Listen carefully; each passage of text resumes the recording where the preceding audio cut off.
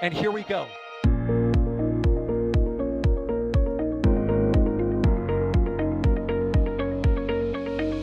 have liftoff. Propulsion continues to be nominal. R68 chamber pressure looks good. Following up. Roger, roger, Atlantic. Water towers fly! Yes! Tango down to nominal. Flight downside FD off. Bring in FD off. Off. It's orange! 145! Oh my god! Decollage. What is it? Put that in the big bag, you know. 343 unfolds to go. Indeed. We rise together, back to the moon and beyond. The methane will be igniting in the flare, correct? Yikes. Keep red. We don't need any more of these.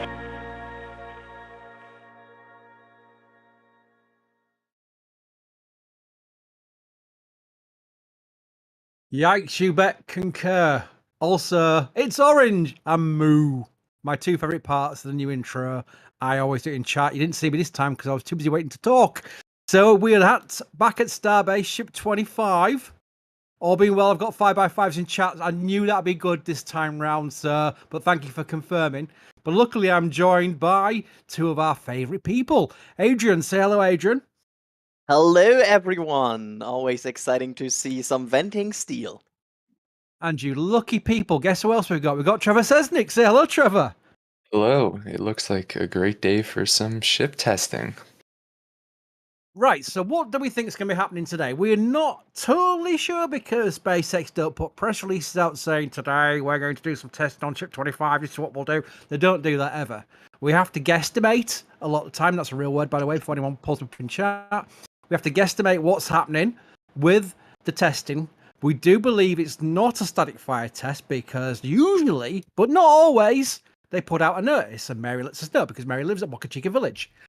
We doesn't mean it won't be because there's been a few occasions where no notice has been sent and suddenly do a static fire test. So you never know. At the very least, I would assume they're going to go for a spin prime test, what they were going for the other week, which they didn't go through with. They got to a frosty vehicle, but they did not go as far as the spin prime test. Spin prime tests are still fun. Spin prime tests are still visually interesting, so that's why we're live and we're covering it. Also, it is another step towards the next test flight. These are all milestones. We're all looking forward to Ship 25 eventually doing a static fire test, and that should be the last of the testing for Ship 25, and hopefully they won't roll it back, and hopefully Boost and I will then roll out. With his pad modifications ready to go, they'll start the vehicle, launch it, and then we'll have another one, won't we? It sounds simple, doesn't it? But it won't be. It'll be a while before that happens. But we're on the steps towards that now. That's why it's exciting. If you have any questions for us, please put at NASASpaceflight to start your question. Then put your question after it. What happens there is it goes into a little panel queue we get, so we don't have to keep an eye on chat, keep scrolling backwards and forwards and go, oh no, we missed a question, it scrolled off top of the screen. It goes into a special panel. We'll be able to go back to them over time. So if you're thinking, I asked a question 10 minutes ago and they've not answered me, I'm offended. Don't worry, we're getting around to it. We'll see it, it'll still be in our queue. So we'll find a question, we'll answer the best we can. Now then, let's first of all start by going around the houses. Adrian, you're our favourite person as far as tanking events go. We've had the recondenser spin up, have we? Where are we with this stage of testing? When can we expect a frosty ship? Yeah, it shouldn't be that far away at this point. You can see the recondenser still online, and you can also see already like venting on the lines and everything, and also some like I would expect. Is that already a propellant line? Look at the lower tank. Is that like I see at least a ring. I think It does so. look a It bit might frosty. be. Yeah, I think this is this is the first sign. I'm pretty sure that's a frost ring. Let me just quickly AB this thing, but I think it changed. So yeah, it looks like they are moving into propellant loading pretty quickly. If it's not that, it will happen any moment now because the recondenser already started like 15 minutes ago. And the tank farm's priming, we can see venting. So yeah, we expect propellant loading very imminent happening here. And once that happens, we are moving into the later parts of this testing, where we will see what they will do today. Because, as you said, Chris, it's 100% clear, and it's a bit of excitement always to look at what is happening. And if you think a spin prime is like, some people always think, whatever, if it's a spin prime or something like that, it's not that exciting.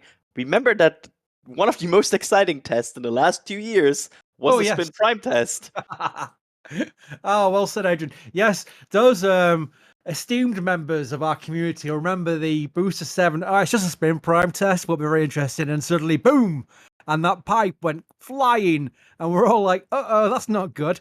And Elon, someone clipped off our feed and didn't even say it was from us. They clipped off our feed and said, Elon, is this normal? And Elon probably didn't even look at it and went, yes. Then about 20 minutes later, he deleted his yes and replied to one of our tweets showing it. Oh, that doesn't look good, or something like that. Something wasn't right. So, by the way, that little zoom in there was fantastic. We've got Patrick in the background. I never thank the people in the background, do I, Patrick? No, I don't. But thank you, Patrick, for operating the cameras and getting this lovely zoom. Nick placed his camera, so we've got a fantastic angle on the testing. And I really do like the idea that I've controlled it a few times myself. The zoom on it is crazy. It's like hyperspeed. And I have too much fun with the cameras sometimes. This one is one of my favorites now. But yes, so that's where we stand now. We're looking at things getting quite interesting quite fast. I wonder, Trevor, if I can bring you in on a wider view on all of this. This is Ship 25. We know it's going to be launching with Booster 9. At least the SpaceX has revealed it in their recent, quite interesting video. Do you think we're looking at a launch schedule this summer, or are we too tight? What's your guess on when do you think things will be ready? If everything goes well, Trevor, everything's going to go fine. No problems at all. When do you think they'll launch it? My guess is November or so of this year. That's this schedule for them hitting a summer launch window just seems insanely tight, and so many things have to go well. Which, to be fair, this is SpaceX, and they're very, very good at doing these launch preparations. But I think this year is still feasible, but more toward the end.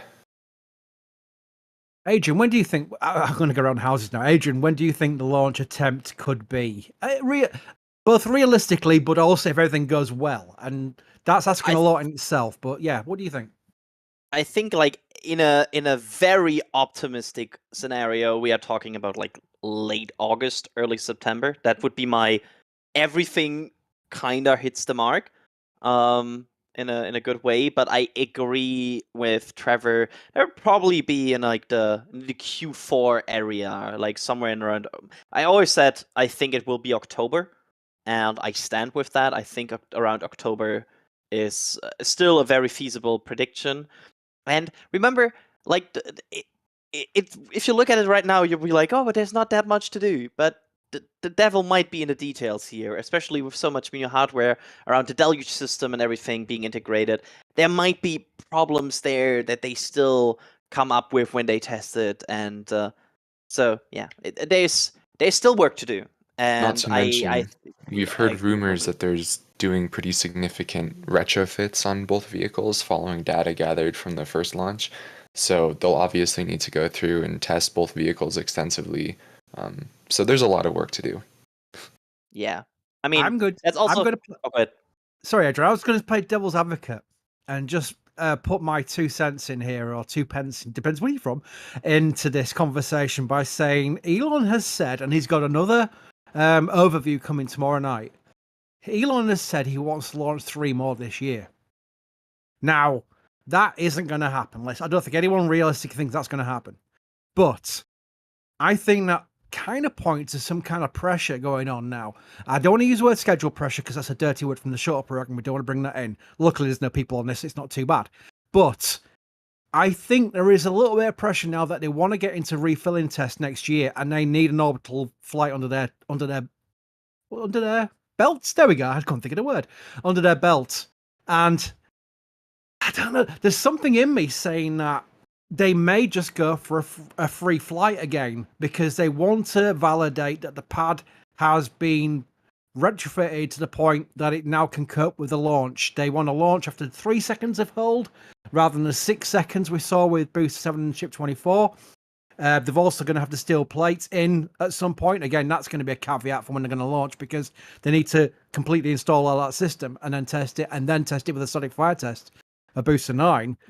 And then whatever happens with Booster 9 and Ship 25, they just want to try and get that booster part of the flight, the first stage ascent, right. And I think they're not worried about. That's why Ship 25 is launching, probably, because it's just not what I expected. I thought Ship 28 might fly next. I think they might push. Trevor, what do you think? Yeah, I agree with you. I was quite surprised when SpaceX announced in the video that they were flying Ship 25 next, because Ship 25 has the hydraulic pressure units to gimbal the Raptors, which seems surprising to me that they would want to stick with those after all of the problems that they had through the B7 flight and test campaign. But I agree. I think they just want to get data to see how the first stage performs. And then if they can get to stage separation and ignite engines on ships, I think that's a win. And then in the third flight, really target orbit. I agree with all of that. Yeah. Super chats already. Thank you. When we say thank you for super chats, I'm not the most genuine sounding person in the world because of my accent. It's just how we are in Yorkshire. We're quite gruff. It's just the way we come across. But trust me, when I see super chats coming in at any time on any stream, live, dedicated commentary, whatever, I notice and I think, these are the people who allow us to do this. Because without it, we would not be able to afford to do this. It's simple as that. So I really am extremely thankful for anybody who supports us anyway. And I know a lot of you can't do it financially because times are tough. So please do not feel obligated. Being here, watching us, liking the streams and things like that, even likes on this stream, it's free and it helps us. So if you like what we do, and you may be able to afford a super chat or whatever, just like the stream. It's free, costs you nothing, and it does help us. It all adds up. So thank you to everybody in this stream. But let's just point out the questions we've got from some super chats. Musical Wolves asks, if an abort happens again, will SpaceX do a recycle or end testing for today? Adrian? Not that easy to answer. Because usually, I love to say this, but usually these scraps have a reason. So they usually check why they scrapped. Also, they are already quite far into today's window. We are already only 6 hours away from it closing, which, if you initially think about it, it's like, oh, it's 6 hours. They can do so much in that. Well, if they need like an hour of saving and detanking, then maybe like an hour to fix whatever it happens, we are suddenly only 4 hours away from the end of the window. So it's not really that they have like unlimited time for today. So I think they will try to just get this right. And also, just to update on the timeline, right now it's a bit quiet for my taste. We have still a recondenser going and like the tank farm going from time to time, but it's not super active. It was more active, and also the pad vent and everything stopped again. So we'll see how this develops. Austin has asked, is it a $5 tip? That's interesting. The tips are a different way of supporting us, but I'm going to put it in the chat again. I don't go on too much about, money and stuff, but I'll put it in there anyway, because it's very much another route you can help us. And it's just one way of doing it. It explains in the link. I won't go on. Austin asks, is there a test today that might be in a prime time? Oh, what, the 420? 420 CDT is the prime time, I believe. Anyway, thanks to everyone at NSF for being great hosts. Thank you, Austin. You're one of our regulars and very much appreciated. SpaceX News Daily, possibilities of an abort system for cruise ships. Okay, Trevor, do you want to take the abort question? What's the options for an abort of a ship during launch? Yeah, so this is something that Elon's talked a little bit about in some interviews, and the consensus seems to be that why spend time working on an abort system when you could just launch hundreds of times and make the vehicle as reliable as possible? That said, Elon has, sorry, I have something in my throat, has talked about some abort-ish scenarios where, because Raptor is able to spin up so quickly, they in theory could ignite the engines on the ship to pull away from a booster. But as of right now, there are no plans for a dedicated abort system like we see on Dragon, which, let's keep in mind, is not unprecedented, right? The space shuttle, which we all love here at NSF, that didn't have an abort system. Yeah. Yeah, let me talk about the shuttle abort systems. You allowed me to bring this up, Trevor, so it's not my fault for mentioning shuttle so early in the stream. The abort options for shuttle during first stage ascent were terrible. There was something called RTLS, which is return to launch site. Not the same RTLS where the boosters come back to the landing site. This was an abort mode. This was a serious abort mode where they lose an engine during first stage ascent. They could not abort until 2 minutes in anyway because they had to get rid of the boosters and you couldn't just separate them while they were firing. And then you'd have to do this crazy maneuver to try and get rid of the external tank ASAP before it drags the shuttle back down, the orbiter back down, then do a massive bend curve and try and get back to landing site. In fact, it was so unrealistic that RTLS was actually more about bailout over the SRB recovery ships for pickup in the water. Thankfully, they never had to do it. Lots and lots of sims were done, and it was very rare that it ended well. But that was the only option they had during first stage ascent, and it technically wasn't first stage ascent because you had to stay with the boosters. So that was horrendous. So anything negative about, well, we don't have these special abort motors that pull the top of the ship off, anything like that. Trust me, it's a lot better off than Space Shuttle ever was. So... I'm pretty sure we have a frost ring. Oh, hello. Look at yeah. the LOX tank. You can see the white line, which is filling up. So we can confirm now that ship 25 is in propellant loading. Woohoo! I'm sorry to interrupt there. No, please do. Especially I'm in a shuttle monologue. I might be here for 10 minutes. Always interrupt me. Billy Charlson, thank you for becoming a Pad Rat member. Oh, look at the Zoom. See the Zoom. The Zoom was amazing. Thank you for that, Billy. Methane Man, one of our regulars. He's even got his own command in chat. Thank you for gifting 20 Red Team memberships. 20 more people have joined our membership program for free, thanks to Methane Man. And of course, we benefit from that as well. So that's double the support. If you got a gifted Red Team membership from either Methane Man or anyone previously, please thank them in chat because that is just something you rarely... It's a new thing from YouTube, and I think it's really good. Because a lot of people might be the massive fans of us, but they can't go buy Red Team memberships. We just got one probably. Because if you're a regular here, it works on that kind of algorithm based on how long you've been around, how many videos you've watched on the channel, and it kind of like ranks you where you are. So when the gifted memberships come in, you're ranked in that order or something. Something YouTubey. But it's that way around. Freudeman, thank you for your super chat, and Aaron has become a Capcom member. Thank you very much, everybody. IDK asks, when will Booster 9 engines be installed? Trevor? I think they are. Yeah, so Booster 9's engines have already been installed. It's thought that they're doing some work on them in the high bay, but last we saw it had all 33 engines installed. And speaking of engines, Zach asks, and I know the answer to this, but I'll leave it to you, Trevor, anyway. Does Ship 25 have electric TVC like Booster 9? No, it does not. It is thought that the first ship with ETVC is Ship 28, if I recall correctly, which is also, as we were saying earlier, is one of the reasons why I was very surprised to see that SpaceX was flying the ship next.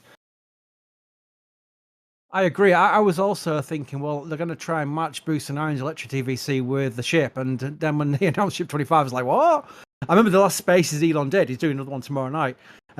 He never mentioned the ship. And I asked him, I got one question. I asked him, I said, which ship's flying with Booster 9? He goes, you spotted that we've not mentioned the ship because I'm still deciding. And I annoyingly poked him. I very rarely do at Elon's. But I asked him a few times and he wouldn't bite. And I was like, they're still not decided. And suddenly that video came out. Goes, Booster 9, Ship 25. It's like, what? So that was quite surprising. But again, that points to me about all being about Booster 9's flight. They want to get that part right. And that makes sense. They've got they've got so many boosters and vehicle and ships down the road at the production site. It's not like SLS where it's one shot and hope for the best and everything has to go right.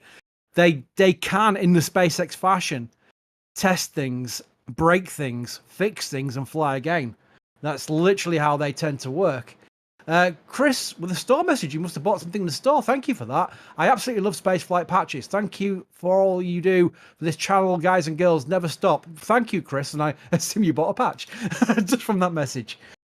All right, That Thomas would asks. be a Oh. that would be a weird message to send if you just bought like a shirt. Like, Yes. I love patches, and I will Hang search on. by getting this shirt. Hang on, Adrian. Maybe it was a shirt with a patch on. Oh yeah, that's true. We have that as well. Yeah, So there we if go. you Yeah. like patch, you gotta get it on the shirt. Right. Thomas asks, how are the repairs to the GSC tanks going? Can you tell some are still dented? Do they still need to replace, or can they be simply repaired? Do we have a shot of the tank farm? I'm sure we do, Veer.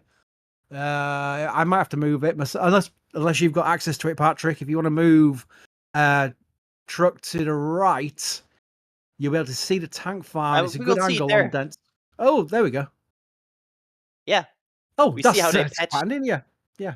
We see how they patched some of the dents and have like a horizontal bar above them. They're working on it, I think is the answer, right?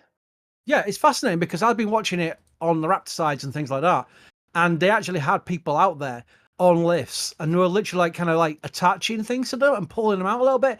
And the way they look now compared to not long after launch is a lot better.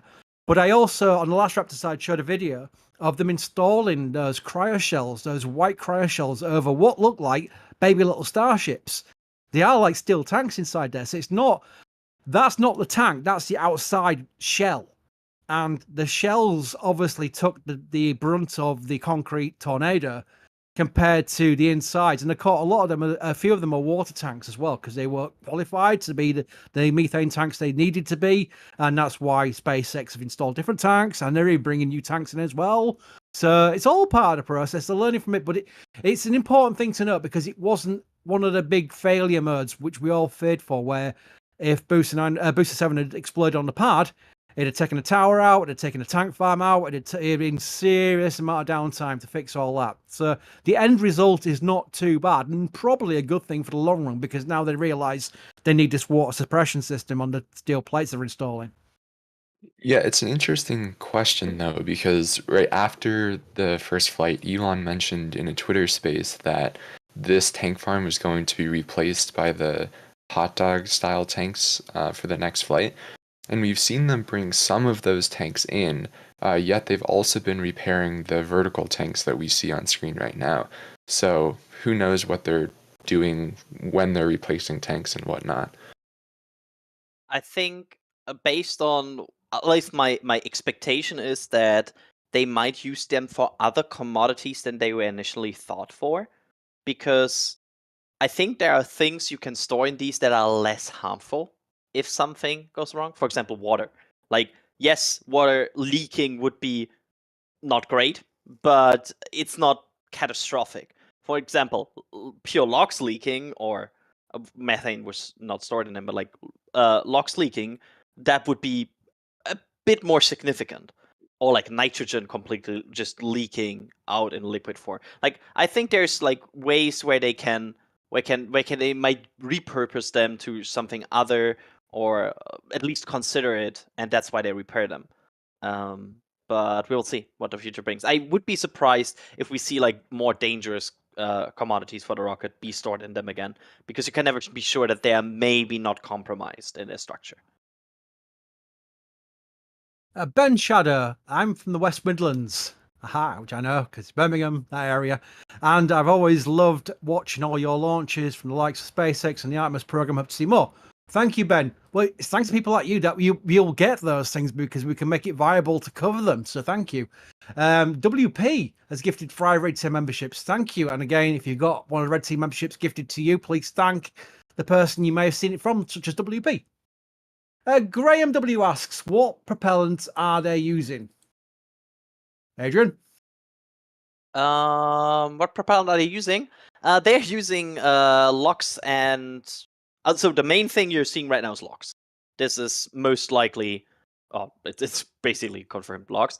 And we also see the methane recondenser active, so that means there's also methane involved in its tanks. However, they will usually, for sprint primes and static fires, only load a bare necessity of methane, because methane is explosive in the end, and they don't want to increase the risk for these tests unnecessarily. So they usually just load a lot of LOX and then a bit of methane. So the test goals and the test criteria are fulfilled.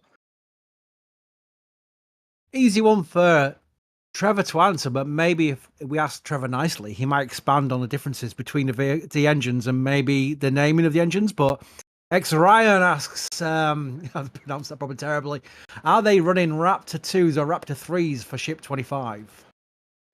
Yeah, so Ship 25 is using Raptor 2s, and to make the Raptor naming scheme even more confusing, it seems that a lot of it has changed. So originally there was Raptor 2, which is what flew on Booster 7, which was on Ship 24, and now Ship 25. And then they made this so-called Raptor 2.1, which is just the introduction of the ETVC, and I believe the 2.1 is an unofficial name. I believe I've heard that internally they're like Raptor 2 Block 2 or something like that. I don't know if that's true though. And those just have ETVC, and that's what's being used on Booster 9 and Ship 28, as we discussed before. And then Raptor 3, what Elon called it, is what we believe Elon has previously referred to as Raptor 2.5, and that is a significant thrust upgrade that they're just now starting to test in McGregor. So that's not in production, or it's not in production for vehicles yet, just for testing. So we have no idea when that's going to fly on vehicles. So yeah, the Raptor naming scheme is kind of confusing. Which is very SpaceX. Yeah. Raptor 2.2 full thrust. Yeah, or remember the whole Starship block discussion, where we initially had MK and then changed to SN, God, yeah. and then it suddenly was S, and like there's some funny names here. Somebody got angry with me on Twitter about calling it Ship 25 when it should have got SN 25. I was like, no, they've moved on since then. Changed it again. Oh. But yeah, I think we all know, luckily they've got the numbers, so that helps us a lot. I'm just going to ask chat to do something to annoy the moderators. Sorry about this, moderators, but I've seen a lot of people mentioning where they're from. Why don't everybody just type where you're watching this from into chat, and we'll get a rough idea, and hopefully someone's from Yorkshire. Here we go. That's France. the only thing you want to see, right? Well, yeah, I saw a few Yorks once. I was like, whoa. Yeah, Rhode I've Island, never seen somebody Minnesota. from my city. I'm gonna read them out as fast as I can. Germany, St. Louis got a good MLS team now. In Minneapolis, Austria, Germany, lots of Germans. Florida, India. God, it's going so fast. Norway. I see some Portland, fellow Oregon. Coloradans. Woo. It's so funny how the US people always tend to put their state and even their city sometimes, and Europeans are usually like, country, that's it, that's all you get. I've seen a few Yorkshires, Sheffields, Barnsley's, Hull. Isn't that Humberside? No, sorry, that's a joke for Hull people. They are East Yorkshire. Oh, Southampton, Leeds, someone from Dirty Leeds. Netherlands, Canada, Colorado again, Mexico, Dublin, Bronzeville, Texas, you're local. Wow. Michigan, Poland, Ipswich. Good season for Ipswich last season. Huddersfield. Sorry, I like to make football references when they come up. Cheshire, Denmark, lots of Yorkshire. There's a fair few Yorkshire. We will be having a UK meetup sometime soon, and I will announce it both on our Discord and on Twitter, so everyone will be invited to it. We're thinking Leicester Space Museum right now. But yeah, we're just trying to work out a good date that doesn't interrupt us. Like, we don't want to be planning something just as Booster 9 and Ship 25 are stacked when we're waiting for a launch date. That'd be bad. So we'll plan it best we can, but I'll announce it both on our Discord, in our meetup area, and on Twitter. Anyway, back to questions. Mark, my way there. Oh, are you? Are you going to make an appearance, Andrew? Yeah, my plan is definitely to join the UK meetup. It's so rare that I can see space fans, so I wanna go there. There we go. Oh god, that's a long name. Markinus Mackinson. That's an amazing name. If that's your real name, that's amazing. When will they do a very long static fire test with booster, or will the next flight attempt be the next long test for the orbital launch mount? What do you guys think? It's a good question. Can I just start off by saying, I'm going to go back to Elon's comment about one of the reasons why they had a rock tornado. He didn't like the 6 seconds they were firing up the engines to full thrust before they lifted off. He thought that was part of the problem, and he wants to reduce that by half, he said. Now, does that play into the static fire test? That's what I'm thinking. Maybe he'll only want to do the 3 seconds or so for the static fire test now. What do you think? Adrian first. I think they will not do long tests. So, long tests of multiple engines produce a lot of energy. And even on a launch situation, you wouldn't design your pad to withstand like a longer second firing of the engines, because that's not realistic. That's not how you do it on a launch. So I think any like 33 engine static fire of like a 10 seconds or so would just melt everything. So I do not think there will be... I think there will be some tests of the system, but they will be shorter duration, lower thrust. That's my expectation about this. And then like a 2-3 second 33 engine static fire to validate booster 9 before liftoff. I agree, Trevor. What's your thoughts? Yeah, I definitely agree. They very clearly don't want to fire that many engines on the pad for that long. And I suspect that Booster 9's test campaign will be fairly similar to Booster 7, where the final test will be a 33 engine static fire test at 50% throttle, just to still test the pad's cooling and protection, but not risk damaging it. And then the real test will be launch. Just reading chat, Horseman says he's from Asgard. I thought Asgard's a people, not a place. Movie reference for you there, Adrian. Sorry. I actually got it in the sense of Stargate. Oh, fair enough. Different Asgard, but never mind. Yeah, they also have Asgard. They are also... They do, don't they? Yeah, that's true. Very well said. So... Yeah, Stargate's wonderful. I love Stargate. Chris Hibbert asks, and I know the answer to this question, but maybe if maybe if Patrick can... he might not want to go off this split screen, but if not, we'll have a look at it later. He asks, did the QD get repaired and replaced yet? And I know the SQD and the booster QD are still a bit of a rusted mess right now. They pulled off the ship QDD, took it down by crane, and I'm sure they're doing repairs on it now, or modifications even, depends on what they found out from the test flight. And the booster QD is just a HUD, I believe. Adrian, what do you think? Yeah, so right now the ship QD is not attached and everything again. So like the hardware is not ready for anything to support testing there. And we'll see. I am still curious if we will see a new design or if they repair it. I just don't know. And I'm curious what will happen there. But I don't have any like specific thoughts because that would be just gambling. There we go. There it is. See? No QD. That's only like that's only the platform around it, and the QD would be on top of it. That's like it kind of looks like these flying robots from Matrix, and it's not there right now. And yes, I have watched Matrix. There we go. I just love the scale of this because you can actually see where workers can be held, like almost like a platform. So you can imagine the size of people on that and the size of the arm in comparison. It is absolutely staggering when you see them working on the ship QD from that height and holding onto those railings. And we're getting a lovely zoom out here. Look at this. There's the chopsticks. Oh, chopsticks.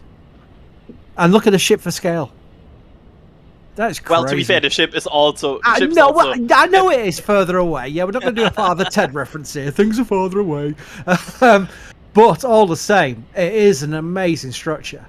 And they've got one at Florida at 39A, which we're going to have a flyover video come out rather soon, aren't we, Adrian?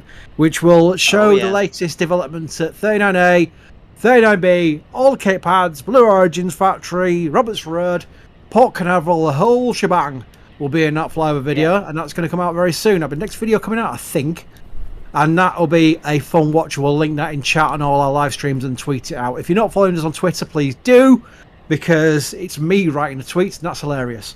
Right, Twitter command. Let's see if I've done that right. Hang on. We can also, at this point, by the way, see that the frost line is above the hatch at this point and still rising. I will have to see There and is. look at the previous test where it stopped there. But it's filling up. Jim Cava, one of our regulars. You've gifted Red Team membership. Thank you, Jim. You do a lot. You've even got your own command. You do that many of them. So thank you. And We Will Rocket You has also done the same. Thanks, guys. Very much appreciated.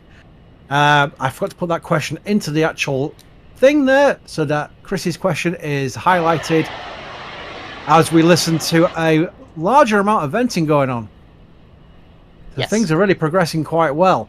We are keeping it very close now. We'll keep asking. We'll keep taking questions until something obvious happens and we need to commentate on it. But right now they're in prop load and it's going quite well.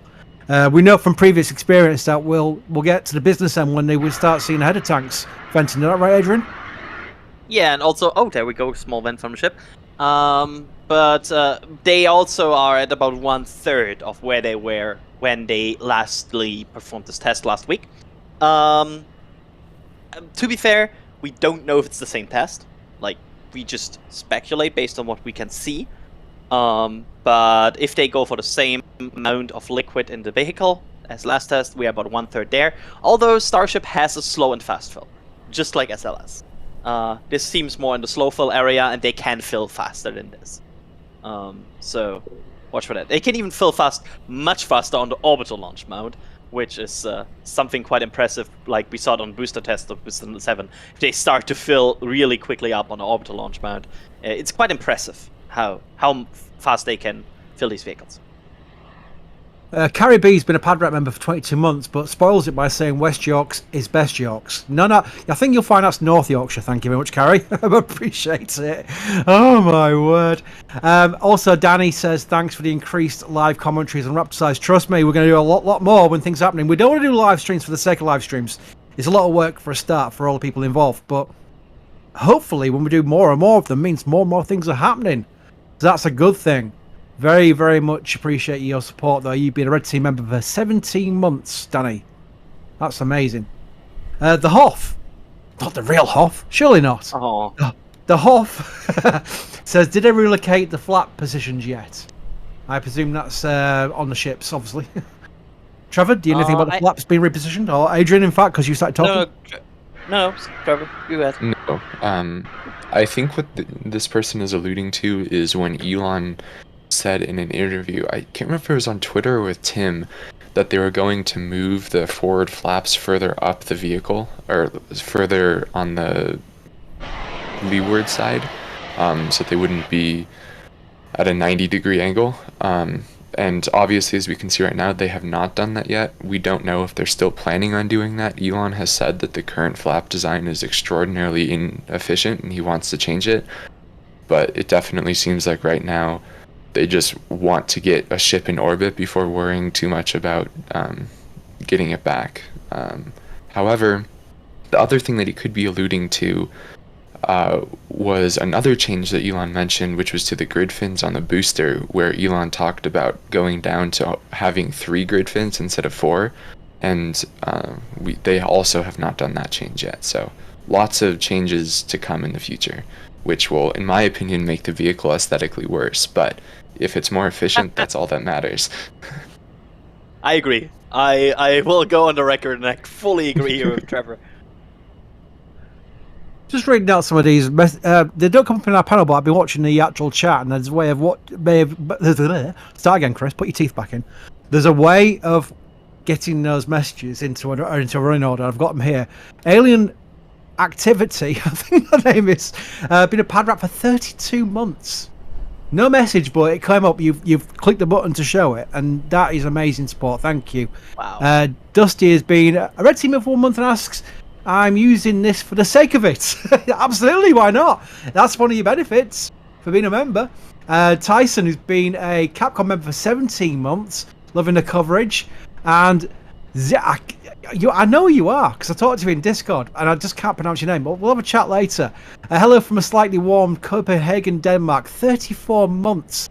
How long's the channel been going? I'm trying to work out how long we've had that facility to allow people to become members.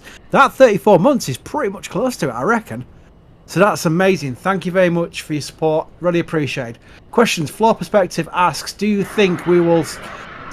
when do you think we'll see the beginnings of the HLS, Human Landing System variant testing? Trevor? Oh, Adrian? No, go ahead, Trevor. I'm just making loud thinking noise. Not for some time, in my opinion. SpaceX's main goal right now is test booster, get a ship into orbit. Once they have that data and can reliably do that, then I think they're going to start worrying more about building and testing HLS ships. However, we have seen some testing of components for that ship in Hawthorne. Like I believe we've seen an elevator mock-up in Hawthorne, and I think we've heard rumors that they're working on life support and all of that up there. So it's definitely in work, but when we'll actually see a vehicle out in Starbase or out at the Cape for HLS, it's a ways out, in my opinion. I'm always reminded of the nose cone I had at the production site back a few years ago. It was like a white nose cone with a US flag and a NASA worm logo painted on the side of it. And we're all hoping that you could see it on Tim's video. We're talking about Tim's interviews with Elon, the 3-parter one, and it was there at the time, I believe. And I was kind of hoping during the video that we're going to get a tour inside, or like a mock-up of what a human capable ship would look like just from the nose cone. Apparently it was just a nose cone, there was nothing inside it, but that was quite exciting when I first saw that. And hopefully it won't be in the space because Twitter Spaces are just audio, but hopefully Elon does a video, maybe a presentation at Starbase in the not too distant future, and we start seeing some new graphics and some new renders and some new videos. But I think that's a while off because they want to get, as we've mentioned before, they want to get to orbital. That's the whole concentration right now. A flight to orbital, get Starship to the point where it's operational, start launching Starlinks, then worry about HLS with the refilling and the future goal of Artemis. Raymond asks, how many Raptors do we think will be tested for the first static fire test of Ship 25? He writes SN25. I'll start off by I believe that SpaceX tweeted during rollout for its 6-engine static fire test, so I believe they'll go straight into 6. What do you think, Adrian? I think they will, like, they know ships at this point. They have tested this plenty. So I feel pretty confident that they will perform a spin prime, which I think will happen today, and after that move into a 6-engine static fire right away.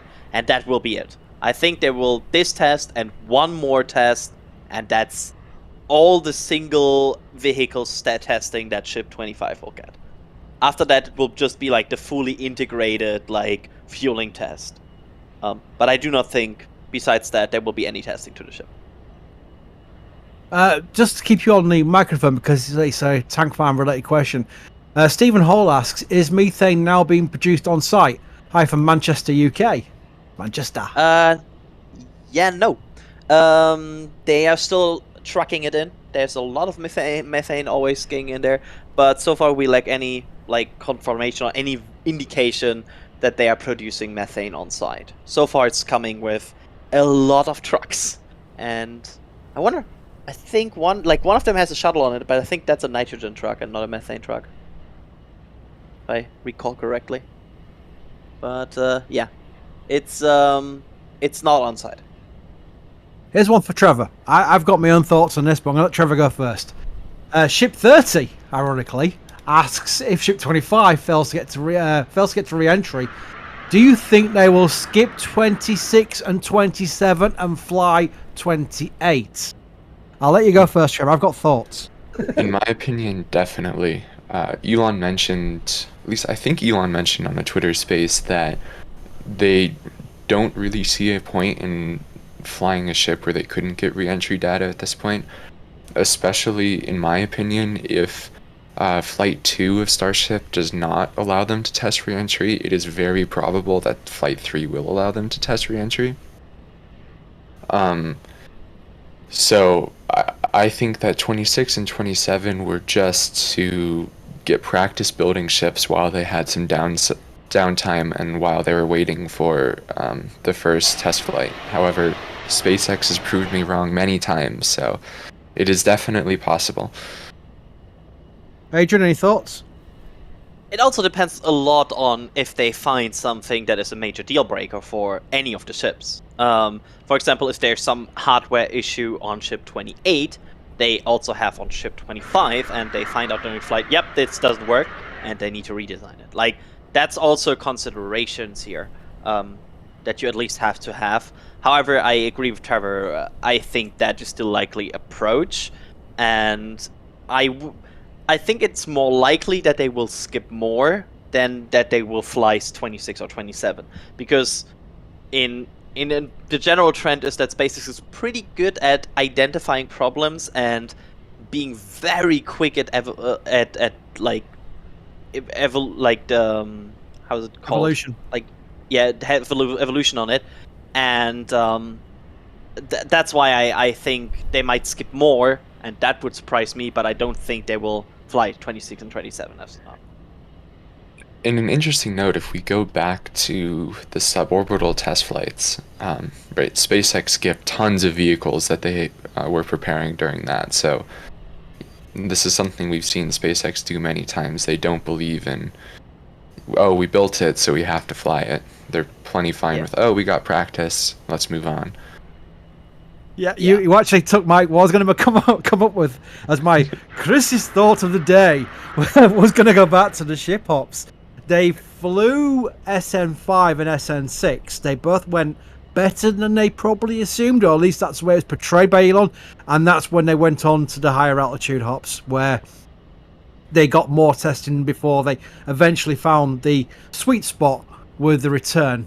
And that took a lot of modification. Again, you can point to that for the full integrated stack testing, that they took several goes before they got it right. And you can go back to the Falcon 9 landings. That video is still out there by SpaceX.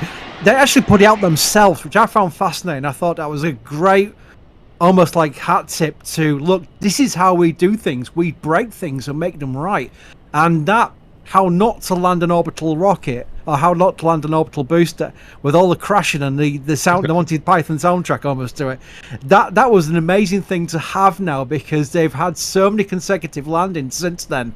It's almost crazy how well it's going, and that gives me hope that even if they have a few more, and they will do probably a few more ups and downs with this full integrated stack, to say the least, and it's a lot more of a challenge than booster landings, let's put it that way, then they will eventually find a sweet spot, because they have that knowledge that if they keep trying, they'll find it. They've got the right people for it. Anyway, I don't go too much.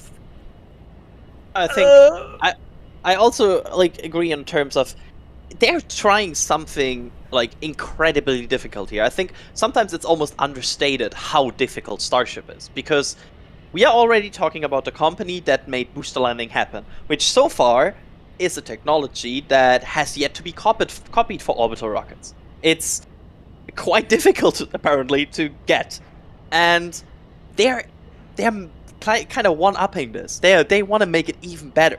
They want to make they're at the point where yeah, well, we don't need to land on legs. We just land on sticks, and then we also want to land the second stage. It's quite crazy what they are trying to do here with this vehicle, and I'm always impressed by what they attempt here, because it's a massive vehicle that alone would be challenging to launch, but they also want to make it fully reusable, which is crazy. Yeah, rapidly and fully reusable vehicle. Let's remember that Falcon 9, the upper stage, the second stage, does not return. The boosters do, and it's amazing what they're achieving, and even the fairings do. But to have a completely reusable, super heavy lift launch system is going to be such a game changer. It's hard not to wish them well. You can be objective, you can be a fan of the company. This will change the paradigm. It'll be a paradigm shift with everything, because it's the mass to orbit and the price of it. It changes the scale ridiculously, and it only provides an interesting future to what we can do in space, and eventually, long term, create a city on Mars, which is Elon's big goal here, is to make life multiplanetary. That's the whole reason of this rocket. And that is an exciting thing to know, that if you're a young person in this chat right now, the future you've got coming towards you is crazy. Because when I was probably your age, if you're a young person, all I had was shuttle and the occasional Lockheed Martin, Boeing, and Delta II launches and what have you. It was just that, and it was kind of like no forward path because we were low Earth orbit and that was it. Now it's completely changed again. And that's why I'm not sad that shuttle's retired, because it has allowed NASA to put their expertise and funding towards things like this, because HLS has got a contract with Starship and that's billions, and that really makes things work as far as SpaceX's viability to pumping a lot of money into this program goes. Yeah, and to be fair, there's 2 fully reusable rockets now, or like potentially fully reusable rockets attached to Artemis. Because we have Starship, but we also have New Glenn of Blue Origin, who is trying to become a fully reusable rocket. Of course, they are much more behind SpaceX in that term, but it's kind of cool that the endeavor to go to the moon again is also the endeavor to get 2 fully reusable rockets on the planet. Yep. And those questions have been reading out are just questions, by the way, just at NASASpaceflight, and they came from our panel. People go, you only read all the super chats. No, they were all just normal questions. Speaking of super chats, I've got to recognise these people because, again, it is all thanks to these people we can do these things. That's what allows us to be viable. Westy the Third, one of our regulars, gifted 1 Red Team membership, as has Cursed Pain. Thank you very much. Aliter asks, give me some hope because I don't see how this becomes a crew-rated lunar landing in 2 or 3 years. Even the Falcon 9 took longer. No, was that only LEO? Okay, so let's break down that question, Trevor, and go through this. First of all, what's your thoughts on the timeline on HLS and Artemis, where this becomes a crew-rated vehicle and can be part of the HLS program in that timeline? It seems fast to me. However, let's not forget that SpaceX at this point has quite a bit of experience flying crews, having life support, and dealing with all of that. They've flown, almost 40 people to orbit at this point. So, in my opinion, I think that the Artemis landing is going to slip quite a decent bit, maybe in, the later 2020s. However, let's also not forget that 3 years ago, Starbase was conducting suborbital hops and the orbital launch pad didn't exist, and Raptor was very immature compared to where it is now. So 3 years is a lot of time. SpaceX has a phenomenal engineering team. SpaceX has way more experience getting vehicles crew rated than they did with Falcon when they were crew rating Falcon 9. But yeah, as you point out, Falcon 9 is only going to low Earth orbit when, Starship is a bigger vehicle landing on another body. So yeah, it seems fast to me, but I really hope that SpaceX can pull it off. I will answer this in a bit. Just a note here, we have the beginning of, I think, engine shell. I will answer this question quickly and then explain where I see this. So I think it's tight on timeline. However, I think everything regarding Artemis 3 right now is tight on timeline. I think it will significantly slip, like 2 or 3 more years. That's just in the nature of spaceflight usually. Also, it doesn't need to be fully crew rated in the sense of like how a normal rocket would be crew rated, because it's not launching with the crew on board.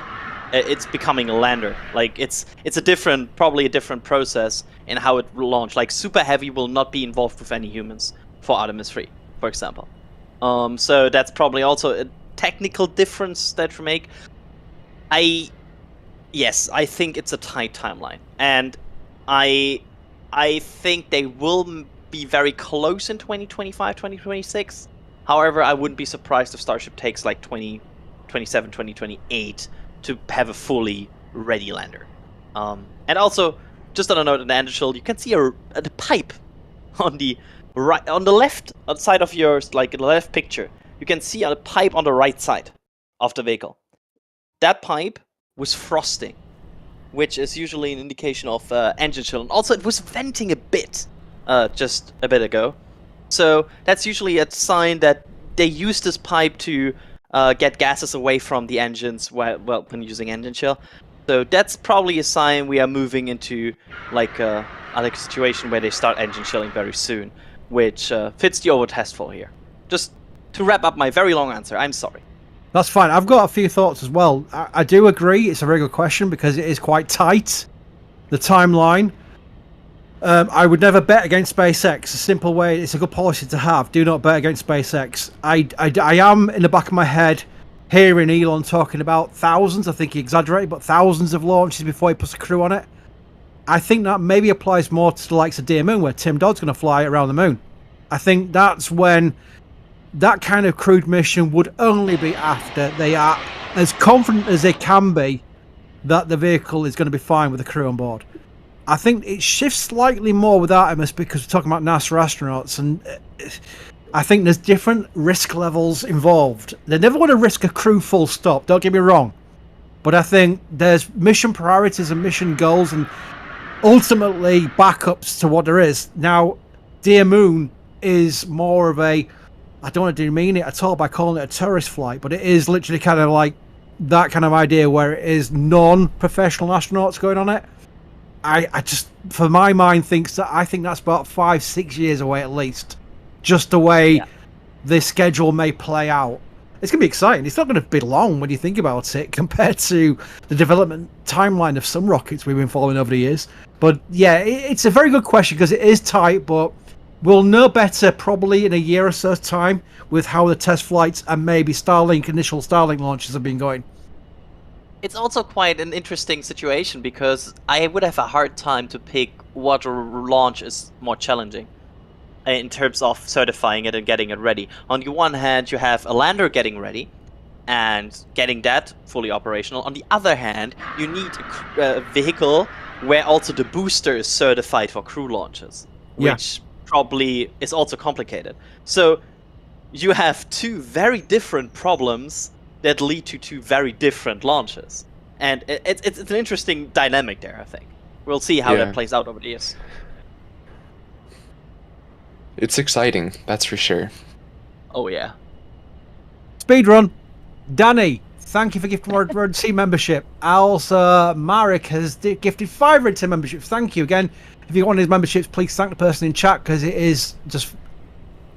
It's a lottery, but it's based on you being a supporter of the site by watching our videos and being in the streams. So you have earned that by go on. There, I think, is the start of engine chill. A bit of venting again from it. You can see, like, it started and stopped again. Like, it's just the beginning of it. But I was just pointing out. Go ahead with your speedrun. No, it's fine. Again, please do interrupt me. When we're watching this live stream, we're just basically talking between the events. Always interrupt me. Queen Step, thank you for the live stream. Thank you for you supporting us. That's $100 tip. Wow. Thank you very much. That's a massive one. And yeah, I didn't notice that until I actually clicked on the thing to show it. $100 tip. Thank you. That is huge. Really appreciate it. That really helps us a lot. Dan Elgon, 1 Red Team membership. As is Elisa, one of our team, has gifted a Red Team membership. Elisa made a Red Team Raptor debut the other day. We're going to get more and more of our team involved in these Raptor sides because they're more chilled and more relaxed, and we can have people chatting, the operators, the moderators, people like that. And it's just cool to put voices between the names. So it's something there where Elisa was one of the people who joined yesterday. Or was it the day before? I can't remember. It can also not be understated how important these people are for this operation. It's not only the SPL operators who are doing an amazing job, but also people that help us run the social medias or moderate the chat. It's insanely helpful. It's super important, and it's you can never appreciate it enough. Absolutely. I'm going to try and find some of these. Just they don't come up in our panel, but I'm going back through them in the chat. Lisa Fitzpatrick has been a Capcom member for 4 months, and just as a heart emoji, thank you very much. I hope I'm not missing people. Trust me, I've been watching them come through in chat. I do recognise them. I'm trying to read them all out there. Big Knowledge 24, 2 years as a Capcom. Wow, that's amazing. Also, Rough Riders Show, one of our team. Gary the Grackle fan club, proud to be a member. 32 months as a Capcom member and part of our team. Again, that's a good way of getting involved with us, by the way. If you have spare time on your hands and you're in our Discord, please let us know. We're always looking for more people who can help out in our team. And if you've got a profession, maybe you're an editor, maybe you're a broadcaster, drop us a line on the front page. You'll see join a team, and there's an email form to fill out there. Just put some sample work or whatever in there. If you're a writer, somebody who's writing the space entry, we do pay people for content. So it's one way of, if you've got a profession and you've got experience and you've got some background, let me know, because you never know, you might be part of our team before you know it. Marcus said, you guys rock. Thank you very much.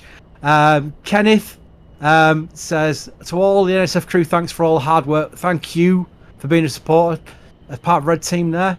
I'm just going through them. 2 years for Vadzim. That's a great name. That's 2 years as Red Team. Wow, that's amazing. Jeff has been Capcom for 28 months. I'm going to go through them best I can. 3 years. John L. 34 months as a Capcom. Wow, that is crazy. Okay, Ryan asks, if the Artemis landing gets pushed, I give it a 25% chance it's only SpaceX's fault.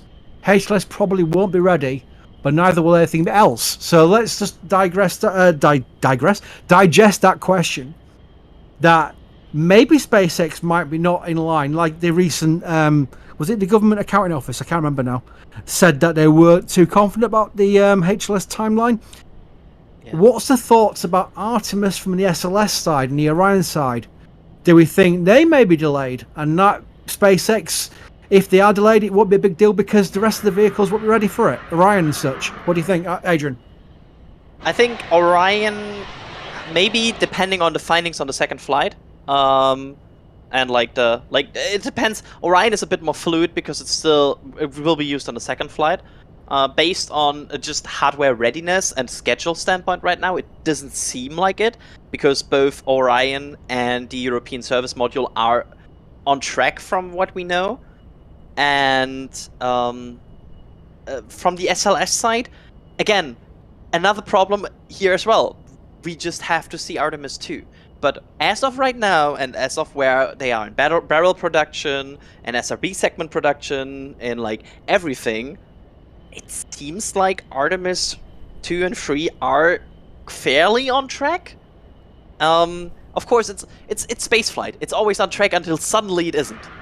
But we'll see. We'll see how it develops. But as of right now, I would say that SpaceX or the spacesuits are the most likely candidates to derail a 2025-2026 landing.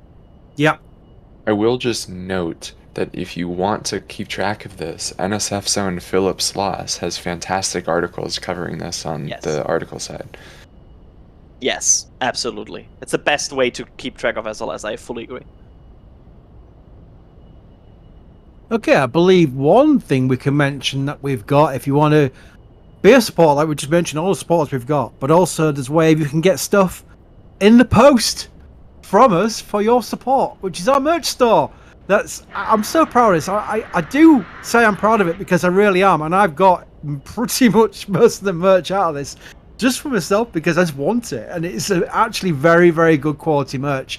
I've got not only just the t-shirts and hats and stuff, but also I've got things like the metal prints. But let's look at the plushie right now. The plushie, Adrian, when do we expect the plushies to actually ship? Because these are custom made. We've made sure we got them right. We don't want to rush this. We want to make sure it is right. Yes. So when we do actually send them out, they are exactly as we hope they would be. And that's where we are right now. Adrian, what's the latest on the timeline for actually being distribution? So they are in production. That's where we are right now. We are producing them. They are not yet in shipping. That's basically from where I am right now. I expect that to happen any day now. And once that is happening, then of course, logistics chain and everything, very complicated and very boring things. And at the end of that, I hope we are shipping in early July. That's like end of June, early July. That's the time frame. So soon, actually.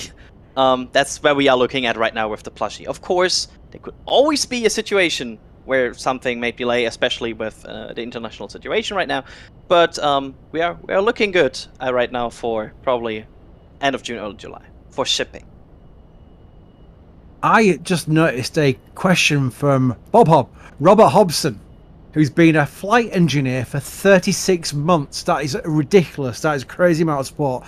Thank you, Robert. Chris, give us a cool shuttle fact. Okay, well, I've got hundreds of them, but I'll give you one of them. Did you know Atlantis is technically married? It's true.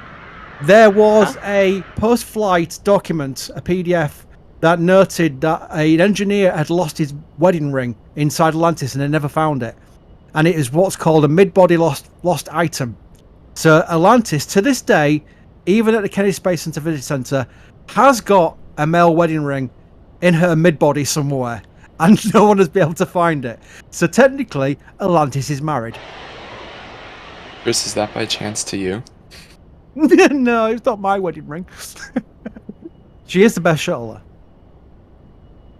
I agree, and that's only because she's named as a Stargate, just like a Stargate series. Oh my word.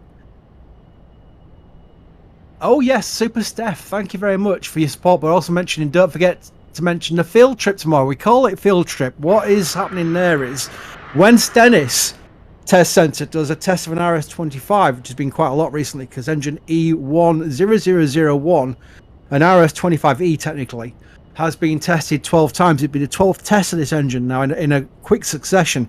We all link the live stream to Stennis, NASA Stennis live stream, into SBL chat, and everyone runs over to the Stennis YouTube channel, which has probably got 100 people in it, and there's suddenly 400 people, and it's all us. So it's our field trip to watch an engine test of an RS-25 at Stennis, and that's what we call a field trip. Question from Florida Man here. In the event that a future booster happens to fail in a manner similar to Booster 7, will Starship be able to abort, detanking flight, and RTLS to be caught by the tower arms? Trevor. As awesome as that would be, no. First of all, Starship has basically no way of detanking like that in flight. The closest thing is the FTS, which is not exactly ideal. And then also, booster, I mean, hopefully we don't see a similar failure mode to Booster 7, but no abort contingencies have been programmed in, and SpaceX is not even close to testing catching a booster or ship. So. Hello, more engine chilling, and I think I will. I said it. It's gone away. Oh, it's shy. Have you jinxed it? Yeah, every time I say it's happening, it's stopping again. I think it's shy. Well, let's put it this way, Adrian. Based on what you're watching, the observations, where do you think we are to potential spin prime test on a timeline? How many minutes away do you think we might be? Okay, I will try to keep this as short as possible, but it's hard to predict because this is what I call in my documentation stuff a long fill. Basically, there is a very short way to how they fill these ships, and that's like just the minimum. This is not the minimum. This is more than the minimum. You can see it by the fact how much the LOX tank is covered.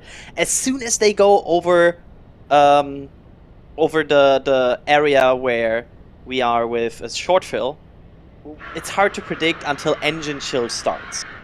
Because we don't know how much they fill. Like right now I'm in a bit of an unknown because I just don't know how much they want to put into this vehicle. The next thing we would expect here is engine chill, like a sustained engine chill. Once we have that, we are about 13 to 15 minutes away from a potential T0.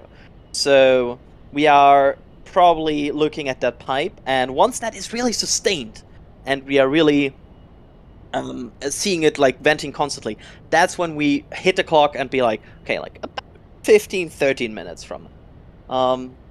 But based on what we see, I think we can expect, and based on when the condensers start, we are probably in an area where like 30-ish minutes, maybe a little bit less. But again, it's hard to say with the data we have right now. And lots of people in chat are asking, is this a spin prime or static fire test? We do believe it's a spin prime test.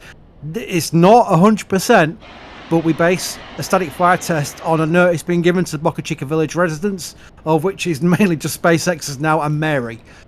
We have not seen a notice being posted. It's not foolproof. They have previously, one or twice, on 2 occasions I should say, done a static fire test without a notice being posted, but it's usually a notice. We think, based on that, it's a spin prime test. Look at that. Now that looks more sustained. That's I think engine chill. Adrian, propellant load wise, we're at around 80% of what we saw for the last attempt, correct? Yeah, about that. Yeah, somewhere in there. Yeah, like somewhere in there, and I think that's engine chill. So we are talking about 315 to 320 for the test. I think that's a realistic expectation. We are talking about like 315 to 320 for the test to happen here. And a quick question. Go on, Adrian. I'm not sure if I should go on, because the more I talk, the less gets this vent. Yes, you're jinxing it. That's how it works. It's listening to our commentary, the actual ship. That's how it works, yes. A quick question from Blank Space, who asks, any news about the offshore platforms? They have no longer any plans with Phobos and Deimos, the 2 ocean oil rigs that they bought. We saw being shipped from port to Brownsville, up to Chakagua, I think it was called, or someplace crazy. They are no longer working on those oil rigs. I think they sold them, in fact. So they are no longer in the plans for now. They may look at some ocean platform in the future, but it won't be Phobos and Deimos. So can I point out, I also read that person's name wrong. It's Black Space, not Blank Space, but... Oh! Yes, there we go. I wonder what's going on there, Trevor. Have you got into my head? I think so. Yes. Taylor Swift fans are invading. Yeah, luckily if I started singing, it wouldn't be a copyright strike because I can't sing. There we go. And on that bombshell, I believe because we're getting close to testing, I need to get off and be ready to do the tweets and stuff because it's so important. The main thing is we've got a replacement in the wonderful tones of Ryan Caton. Say hello, Ryan.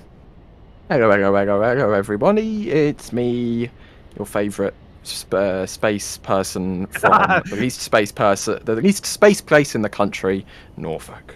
Norfolk. Oh, we might see some tractors in space at some point, won't we? Anyway, and on that note, I'm going to bid you all goodbye and leave you in their capable hands. So bye from me for now, and over to you, Ryan, Adrian, and Trevor. Thank you very much. So I'm just gonna. I will be honest. I haven't really been listening into the commentary so far. So I'm gonna request, for the benefit of myself and any audience members who have just joined, what's been happening? Where are we? Tell me all things Starship, Adrian. Yeah, so there was this company founded called SpaceX, and they started their company with Falcon 9. We are looking at Starship 25 being frosty, mainly on the LOX tank. We know there's something in the methane tank, but it's not enough to show as a frost ring. We are seeing engine chill at this point, and we are expecting a test in about 10 to 15 minutes from now. That's where we are in the test sequence right now, and based on the available notices we have right now and the situation, we are expecting a spin prime test for this one. Is that what you want as a summary? It tells me everything that's going on, which is very helpful. I see, from my perspective, I see frosty stuff and venting, which means, in my head, this means spin prime or higher. So thanks for the update. Adrian, should we go over real quick what a spin prime test is for those who are just joining us? Oh, that's a very good point. Do you want to take it, Trevor, or should I? Yeah, I can. So what a spin prime test is the Raptor engine, right, has 2 pre-burners and associated turbo pumps. There's the oxygen-rich side and the fuel-rich side, the CH4-rich, which is CH4-rich. And all the spin prime test is they run a little bit of liquid oxygen through the LOX turbo pump just to make sure that all of the engine machinery is working as expected. So no fire today. There we go. Hopefully no fire. We have. Hopefully. I want to make the exclamation point here, like, we hope there is no fire. There are a few questions that have come into the queue. They're a little bit old now. Buzz asking, what is that side vent? I'm going to assume that means the little vent that's kind of popping out the right, from the perspective in the right box, the little vent that's popping out the side of the ship every now and then. Adrian, what does that vent do? Oh, there's the side vent on the main tank. So in the tanks are not empty because that would be a vacuum. There's usually something ambient in them. There you go. It goes now. There we go. And of course, the liquid oxygen also starts to boil, so you have gas in development. So to fill it more up, to basically make sure you're filling it up, and also to maintain pressure because it starts to boil, you need to kind of control the pressure in it. And the easiest way to control pressure in it is, if you want a higher pressure, you let it boil. If you want a lower pressure, you vent it off. And that's what they do here. They basically have probably a certain range where they want to be in terms of the pressure in the tanks, and if it goes too high, they vent it off and they reduce the pressure. Very good. And still talking tanks, drones asking, when does the header tank start to fill? Trevor, are we seeing a header tank fill for this kind of test? And if so, when does SpaceX fill it up? Yeah, so we will see the header tank be filled, not completely, and at least I don't think we saw it completely filled last time for this test. And then we'll see it venting, and that'll be a good indication that we are nearing the associated T0. And that's last minute, so I think we saw the vent from the header tank in the last 5 to 10 minutes before what we thought the T0 was, but Adrian can say for sure. I have nothing to add. That sounds perfectly fine to me, and that's what we saw. Of course, just as a point out here, the last time we had a hold somewhere, and I can tell you from tracking this now for 2.5 years, the worst thing that can happen to you is a hold. Because A, you don't know when it happened, and B, you don't know when it resumed. So it completely throws off every single prediction you have. So, that's why I always say I don't predict recycles. As soon as there's a recycle happening, I don't touch that anymore. Because it throws off so many indicators, so many events, you're bound to go wrong. And I don't like to just go wrong based on guesswork. I want to be at least decently sure before I put a time up. There's a couple of similar questions in here. One from Wen Orbit and Josh Lowe, basically asking, firstly, any updates on the FAA launch license progress for the second integrated flight? And then Josh asking, what are our predictions for the second integrated flight? Adrian, have we seen any progress regulatory-wise on that flight? And also, when do you think it may be going? The only thing I think we have seen is the standard renewal of the FCC license so far, which is, I love how every time it happens, some people are very excited suddenly and be like, oh no, it's happening any day now, and it's like, no, it's just a 6-month renewal. Also, we see now side venting, which is also indicating more going on here. There's just, this is more of engine chilling, probably. Mm-hmm. But so far, we have not seen any regulatory indication on the process there and what they are doing there. But remember, for the first flight, it just suddenly happened. Yeah. It wasn't like we had a progress update. We will not get progress update. It will just happen at some point, and then they are ready. I do not expect any updates. Yeah, I know there's someone in our member Discord he says something along the lines of, launch license are like magic. They never come early, they never come late, they always come right on time. Alluding to the fact that generally when the vehicles are ready, a launch license will be ready, so. It's not like SLS. I think Artemis 1 kind of spoiled us a little bit because we had press conferences for everything with everybody. We don't get that with SpaceX. It's a private company, then they don't have to do them things. So, yeah, just lower your expectations on that. And, yeah. A question here from Out of Space asking about the flaps, actually. We've got a good shot of the flaps there while the engines chill down. You can see some of the frost popping around. Outer Space asking, are Ship 25's flaps operated electrically or with hydraulics? Trevor, we did a video about this not that long ago, how to build a ship. How are the flaps actuated? They're electric now. I believe the Mark 1 was hydraulic, some of the original ships. They even use like, I think they at some point used like Tesla motors, right? That's what actuating. Elon said once, but it's hard to know how serious that comment was. We can't exactly like pop our head inside of the ship, so it's difficult to verify on that note. But I mean, it would kind of make sense to carry technology they've already developed across, whether they are literally pulled out of a Tesla Model S or whatever, or they're like, you know, beefed up a little bit for the larger aero services. I don't know, but it would make sense to have that ported across, to use a video game term on that. A few more bits of support coming in. Ahmad, thanks for becoming a Red Team member. We also have JWST full stop becoming a Capcom member. That means you get access to the Discord server. Pink Mouse saying, what's my favourite shuttle fact? My favourite shuttle fact is that the best shuttle is Discovery. And Tekran asking the same question there, or actually with the engines. Does S25 have electric or hydraulic? I am sorry, but if you look at the ship right now, we are getting a clear indication that we have header tank filling and venting. So we are very, very close here. This is the header tank at the top. There's only one thing there, it has to be the header tank. So there we go. We might be very, very, very, very, very close here.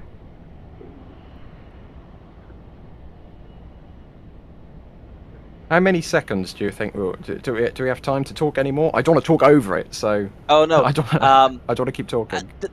The thing is, it will be most like we don't expect a static fire, so you won't talk about like engines firing. We should prime for everybody for what to expect here. What you will see most likely is a burst of white clouds coming from the vehicle bottom. Now you might say now, well, I see that right now, but I would say no. A, it's not coming from the bottom of the vehicle; it's just coming from a line next to it. And B, you will see coming out with some sort of dedication and force directed to the bottom. It will not have any thrust significantly to it, but it's like a burst of white smoke coming out of the vehicle, and that's a spin prime. That's what we are looking for here, just to make sure that we are. So you will see it in that, like, between these legs. Mm-hmm. I'm just going to look at the temperature here real quick, because you can see we have our wide view on the right, our close-up view on the left, and you can see the heat haze. It's very warm. Well, for me, it's very warm down in Starbase right now. It is 37.3 degrees Celsius. For those of you using Freedom Fahrenheit units, that's 99.1. That is incredibly warm.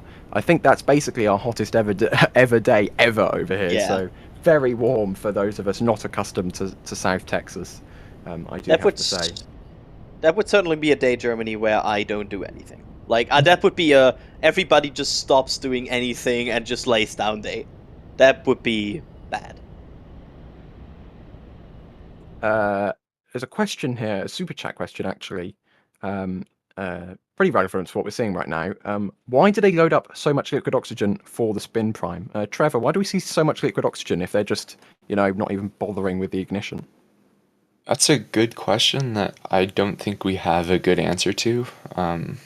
I think some contenders are they just want more mass in the vehicle, or also just to test, loading procedures, get data from the ship, but SpaceX hasn't said anything official. Yeah. Just getting word from our one of our camera sites here, the weather there, saying that it's 90 degrees Fahrenheit. Feels like 113 degrees Fahrenheit. Oh yeah. Yeah. I can tell you, it's always warmer there than you think. Like the temperature lies, it's always warmer. It's crazy.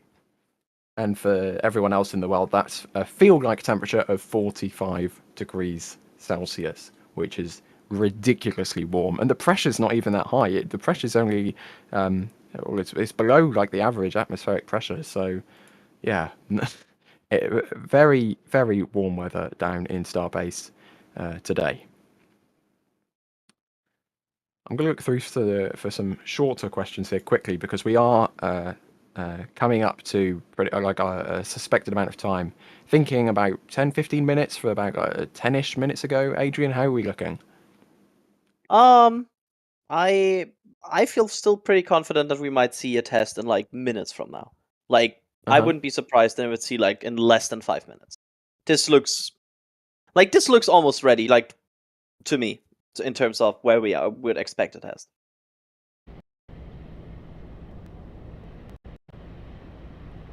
Just looking through here for some more questions. May have to take a pause on these for a short while until the spin prime test actually spin primes. But as Adrian I don't know if we get any more indications. That's the biggest problem is they probably won't turn on the deluge for this.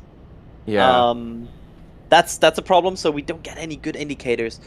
I could see the engine chill vent maybe stopping very close to it, or usually there is usually a signal, like some sort of vent change, like pattern change, once they go into like pressurizing for test, and there are some indicators. The problem is sometimes we only know in aftermath, like, oh, that was the indicator we're looking for. Yeah. So there will probably be some sort of change shortly before the spin prime. We just don't know yet which sign it will be.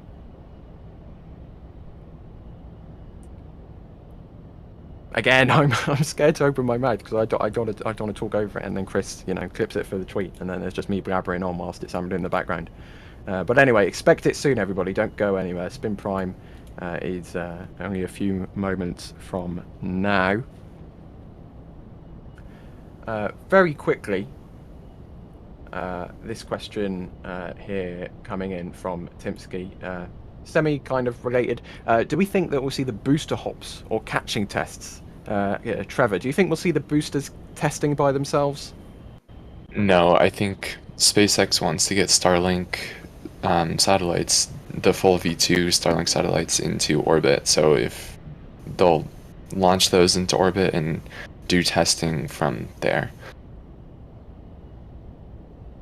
It's a win-win for them that way. Is that a new vent? Like, there's more. I'm just looking at condensation. It's so funny because we just stare at condensation. Yeah. But I think we might be very close here. It seems like the best signal always is the situation is static, because that means usually they reach the point where they no longer fuel, they no longer like buried. So we might be very, very close here. We'll see. But more and more vents, and there's a new one in the center of it's so much to track. So many vents vents everywhere. So many vents to crack. Yeah, there's just you see coming up from the bottom, coming down from the top of the frame, coming towards us from the middle of the frame, left, right, and center, absolutely everywhere. Loads of vents. Yep. And there you go. Be a rocket nerd, they said, and we'll be staring at condensation for hours and hours upon end. Best part of the job, what can I say? I miss these. So when these, like when there was the break in Starbase activity, I really started to miss these, because this feels more like investigative. Like, we look at things, we try to understand them. With a Falcon 9, yes, Falcon 9 is great and exciting, but there's nothing I would probably not discover something new doing a Falcon 9 stream. Yeah. But we can discover new things and learn new things in these kind of streams. And that's interesting. Like, these are the kind of changes I'm looking for. So this might be the vehicle maybe being ready now for spin prime. Let's hope that it's it. But that's an interesting pattern change. A little vent popping out there. Oh, bird flying in the way. A little vent popping out there. Seems pretty constant. Doesn't look like a little instantaneous thing. That seems like a pretty constant vent coming out from just in front of the left flap from this perspective. Yeah. I think we have not gotten to that point in the last test, if I remember correctly. So, yeah, I'm just staring at the bottom right now. Yeah, This me too. any second could be the time for Spin Prime. Yeah. I'm seeing the viewer count tick up a little bit as we enhance. I'm seeing the viewer count tick up a little bit. So if you are now just joining us, the Spin Prime is expected any second now. So don't go anywhere. This test is expected to occur in any moment from now. Of course, we don't get any official feed clock or anything like that. So we are putting our best estimates in. But based on everything we've seen, that is what we are expecting.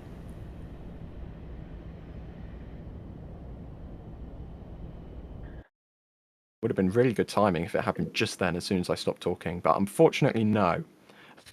No, of course it will happen just now. It's always you always try. You always try. You just it never happens, but you wanna one day be like the person. Watch it happen while there's tons of venting going on, so we can hardly see it. Oh, that would be so unfortunate. It's always exciting to see this very close, and it feels almost alive, right? This vehicle feels like there's so many things going on. This reminds me of the live streams back when they first installed a Raptor engine on Starhopper, and we were waiting for the first Spin Prime. Oh yeah, that was really cool, and I also think like it makes you understand the complexity of this vehicle, because every single vent, like every line and everything, that's like multiple valves and everything involved that need to work correctly. Yeah. And that's for every single thing you see. It's such a complicated beast, and it's always an achievement to me how these rockets work. The scale is also incredible. I mean, right there in the center of frame is just a normal staircase, and yet the ship absolutely dwarfs it. It's just insane, the scale of this machine. Absolutely insane. Yeah. Still, I'm scared to talk over it. Yes, it's always I mean, at this point, it feels very consistent. So we know that SpaceX tends to perform these last-second holds with these tests, where they basically verify, hey, everything good? Can we proceed? And once they have done that, they will proceed to the last segment. So this might be a situation where we end right now, where they just verify, okay, we are good to go, and then. I mean, it's not a red button, but I always imagine that somebody's pushing a giant red button that says "go." I want to. It's my world. I make it. I make it happen in my mind. As we all. Oh, there we go. There we go.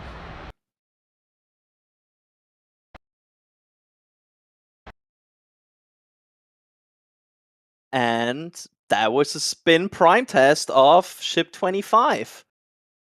That kind of looks like it still might be going. I'm not sure because of the fog. It looks over now. That looked like a pretty long Spin Prime test, though.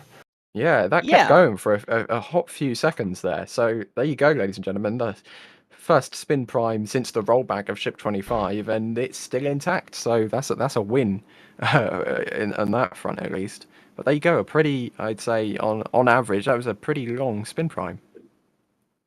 Yeah, that was certainly. Also looked like multiple engines. At least 3 from what I could tell, but it easily could have been more. Yeah, I saw also like 3 at least. I mean, the basic, I would expect now it was probably, we would probably expect 3 or 6, but we'll see. We'll wait for confirmation. Yeah. John here saying clearly it was a cold second. Thanks for the correction. I was looking in chat just before the Spin Prime went off and everyone was counting down. I'm not sure if anyone was actually correct. And I also saw a few people asking us to say Spin Prime or a static fire. As it's been showed to you now, this is a Spin Prime test of the ship. Adrian, do we think there will be a static fire? I know we haven't got an overpressure notice, but can they still static fire without firing one of those? I think they will not. There's a reason why they put these notes out, because static fire tests are quite violent and quite dangerous. So I don't think so. Also, looking at the time, we are at 3:30, so they have like 4.5 hours. Quick math in my in the window here. So even if they start like they have to detank, then look at the data, then verify everything, go again, start the propellant priming, fill the vehicle, and then test and then detank. That's very, very quite tight in the overall picture. So I think what we will see here is they will detank the vehicle, look everything, verify everything over the next few hours, and then we will see a static fire test in the next few days. That's my prediction right now. It's also worth noting that SpaceX is not in a rush to get this testing done. There's still a ton of orbital launch mount work to do, concrete to pour, so may as well take the time, make sure you don't lose a vehicle. Yeah, Yeah. we're not expecting a stack later this evening and then the flight tomorrow morning. There's plenty more time until any of that can happen, especially more testing on the ship, testing on the booster, testing of the GSE of Stage 0, because let's not forget, that's not an overnight fix. That's still going. Yeah, it's going quicker than I'd say a lot of people thought it would go, but it's still a long process which needs to be tested and verified before they put another vehicle on the pad. I'm just going to run through a couple of super chats here that came in whilst we were staying quiet for the spin quoting prime. you. Somebody's quoting you with like a missing important context, just saying like "fly tomorrow morning," Ryan. There are Thank you, several rockets flying tomorrow morning. Maybe that's what they're getting at. We hope sneaky so. plug. Yeah, fingers crossed. Fingers crossed. Michael with $5. Thanks very much for that. And we also have Jonathan with the 10. Excuse me, $10 super chat. Asking, this was a little bit old, so we may have to wind our brains back a little bit to what we were saying 10 minutes ago, asking what the new venting to the right of the engine chill bleed line connection looks like. The venting is pointed up and down, but a very thin, small stream. Adrian, could we do we know what that is, or is it just another one of the various vents which we attempt to count? I think it's hard. Like I have no, not enough evidence to say what it is. I'm sorry. Yeah. Okay. Trying our best. This is all we have. We just look at a picture and see it, work it out from there. Adrian, not this Adrian, a different Adrian has a question. On a spin prime test, do they test all the engines simultaneously or in a sequence? Trevor, do we have a startup sequence like 1, 2, 3, 4, or is it just all at once? Yeah, so during any engine testing, static fire, launch, or spin prime, they'll be staggered. If I remember correctly, on the ship, it goes sea level engines and then vacuum optimized engines.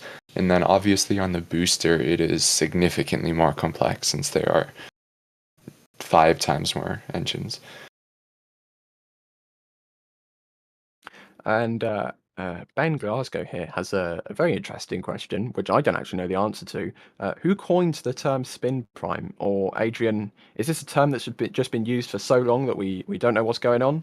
Or who came up with it? Or was this some kind of SpaceX term? Or where does spin prime come from? I'm pretty sure it was a term before SpaceX, but I don't know. Remember, I know somebody at some point told the origin story or like where it came from on air here, but I have to excuse myself here. I don't know exactly, but I know it was a term before SpaceX, if I recall correctly. And you can see that the zoomed in view has appeared in your top right there. So the main view is going to be switching to something special very shortly, which may or may not involve 2 people, which you are very familiar to and accustomed to on the channel. So don't go anywhere. We'll be showing that to you in a second. And Chris B's been running a poll in chat quickly, asking about the age groups. Very interesting curve there, kind of. The 20s age group has kind of beaten out the 30s, but the 40s and older really taken the lead there, nearly by, I won't say double because that's not how statistics work. But there you go. Cool poll.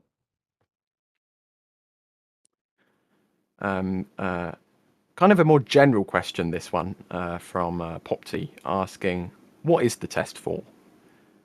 Trevor, what is a spin prime test for? What does this actually validate? What does this tell us? Yeah, sure. So, right, once again, what this test is, it's flowing small amounts of liquid oxygen through the oxygen turbo pump in all of the Raptor engines. So what it does is it's just to validate plumbing, make sure that the engine spin up is working as planned, making sure, all of the 5 million things that need to go correctly for an engine to start up, that the first 3 million of those are working correctly. Not the most exciting test, but very important to maintain having a healthy vehicle.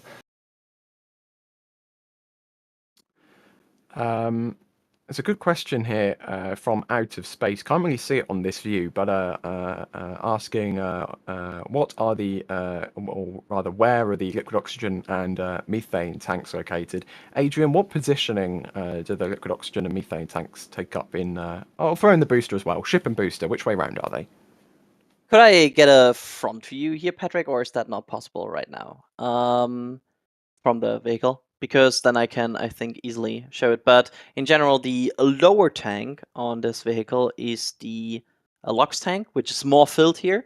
And the upper tank is the methane tank. You can actually see here where the LOX tank ends, because there's a very abrupt line at the top, and that's about where the LOX tank ends. And above that is the methane tank, and we cannot see the methane tank because there's probably some methane in there because the recondenser was active, but not enough to fill all the common bulkhead and then touch the outside of the rings. So we didn't see any methane ring on this. Sounds good. Thanks, Eric. I've seen a couple of questions from Out of Space so far today. Good questions. Thanks for the good questions. They definitely help out the streams, the questions. There's no point us being here without the questions. So if you have a question, tag us in chat and NASASpaceflight. We'll do our best to answer it. As always, any stream, tag it. Maybe not always in like Starbase Live, Space Coast Live, McGregor Live, because we don't always have voices on there. But like if we've a Raptor side, just put them in chat. We'll try our best to answer. That's the entire point of us being here, to try and educate everybody and make this all more accessible to everybody. Eric, becoming a PadRap member. Thanks very much for that, Eric. Greatly appreciated. All goes a long way in helping to support the channel. And Everyday Space Nerd has a very interesting point here. We're since Ship 25, but Ship 25 can't get to near orbit without a booster. And the booster accompanying Ship 25, according to SpaceX's little Twitter video they put out, is Booster 9. So, Adrian, have we seen any Booster 9 testing? And if not, when would that start? Or when are we expecting that to start, should we say? So Booster 9, it was tested before 2 times actually in 2 cryogenic proof tests in December of 2022. So before they already did some testing on it and verified its overall structural integrity. And they already started installing engines. We expect a test in, I would say, a month or so. There might be some disagreements about that, but based on, I think, overall expectation, we expect a Booster 9 test in a month or so, I would say. But yeah, so far 2 tests on December 1st and December 29th. In my opinion, if we have any Booster 9 testing next month on the orbital launch pad, that's a huge win for SpaceX. I agree. Yeah, especially considering the amount of work and effort they've had to put into repairing Stage 0 over the last few months since the launch on the infamous date of April 20th. So yeah, there's a lot of work that's gone in. So I mean, the cadence we're seeing right now for testing, we jokingly say, as always, work continues on the OLM because that's what's happening. SpaceX are just going ham on that thing and repairing it, and the concrete and the rebar and the new deluge system and the long list of things that SpaceX is adding or repairing since Booster 7. Is shredded up a nice term? I don't know if shredded up is a nice term, but it's basically what it did. Concrete tornado is what Das said in his 50-minute long feature video on the topic. And Das is somebody who you might be seeing in a few seconds' time, because it's not only South Texas which is seeing a little bit of rocket action today, this technically afternoon, we're also going to be seeing some smaller rocket action over in New Mexico, specifically the Spaceport America Cup. And there is a Das. Hello, Das. How you doing? Nice. You didn't just say you're on, did you? Oh, I'm on? Well, somebody should type to me on the back channel if I'm actually on. Is it actually going through? I'm just going to assume that it is and talk like this is actually... Well, Jack is laughing. Jack is not being useful right now. Is this good or not, Jack? I'm useless. I still haven't gotten a message here saying that we're in or not. I think we're actually live. Actually, I just got the message. We are out here once again at Spaceport America in New Mexico, supporting the Spaceport America Cup 2023. It's the student rocket launch competition they've been doing out here for years and years. Actually, out behind me is the range. We've seen a couple shots go off this morning, but then the wind's been picking up here a little bit, and we are currently in a little bit of a wind hold. But we are out here supporting the live stream operators, running some cameras. We have one of the robotics computer vision tracking cameras out here. That one's not deployed yet because the wind and the dust has been a little bit rough. But we're out here to see some students launch their rockets. I'm not actually seeing... Yeah, okay, as long as everything's good. I'm not actually hearing if y'all are getting me or whatever. Okay, Jack gave me a thumbs up, nice. But the students are out here. I think there's over 150 teams, around 150 teams this year. They're from all over the world. They bring their high-powered sport rockets, and they shoot for 10,000 or 30,000 feet from the rails out behind me. There's a couple different ranges. Over on one side, they have 3 sets of solid rocket rails, and those are just, you know, your regular Estes motors, but massive motors, not like ones you buy at the store. There's a whole set of them over there, and what they do is they go in salvos. They'll get 8 of them ready to go, 10 of them ready to go. They wait for a spot in the weather, it trims down a little bit, and then they fire the things off in salvo mode. There's also a hybrid range over this way, and we actually got a couple hybrid launches already this morning where it's not just a solid motor, it's a mixture of some sort of liquid or other propellant with a solid propellant, usually on the hybrids. I think they could do both, but I haven't heard about any of those this year. And there's another experimental range even further that way. Of course, there's so much room for us out here because at Spaceport America, they have the area closed off for space operations, right? We know that Virgin Galactic's been... Jack, right? Jack is actually on a microphone. Oh yeah, I forgot. I can do more than just nod at you. Yes, Jack can talk too. We've seen Virgin Galactic out here. They're launching from the runway. You actually can't see it, but it's a couple miles in this direction. We're at the VLA, the vertical launch area, where they do the high-powered rockets and stuff like that. A couple other tenants and stuff like that around Spaceport America as well. But we are out here all the way through the weekend. It's Wednesday, Thursday, Friday, and Saturday. Student rocket launches going off just about every single chance they get when the weather, it's mostly the winds right now, is calm enough for them to actually launch these things. You see them go up, you see the chutes pop, and then the students actually have to go out and recover them as well, hiking across the desert, staying hydrated. They've got radio beacons and stuff like that, trying to find them. I'm not sure when somebody's going to tell me I should stop talking, but how are we doing, Jack? Are we good? Yeah, Trevor's asking what you're wearing. What am I wearing? Oh, we didn't even explain. Well, so in an effort to get a little bit different angle on things, we are actually on top of a Skyjack right now. So I am actually tethered to the Skyjack doing a live shot, and that gets us a little bit different angle. It also gets us up out of the dust and the bugs. Don't tell everybody who's stuck down in the dust. But we are properly harnessed up and tethered in so that we can be up on the jack. Now, right now, the jack is not even at half height because of the wind. If it gets any windier, we'll have to bring it all the way down. And if the winds calm down, which is unlikely in the afternoon out here in the desert, we can actually take this thing all the way up to 40 feet, so our cameras are 45 feet off the ground. But anyways, any other questions?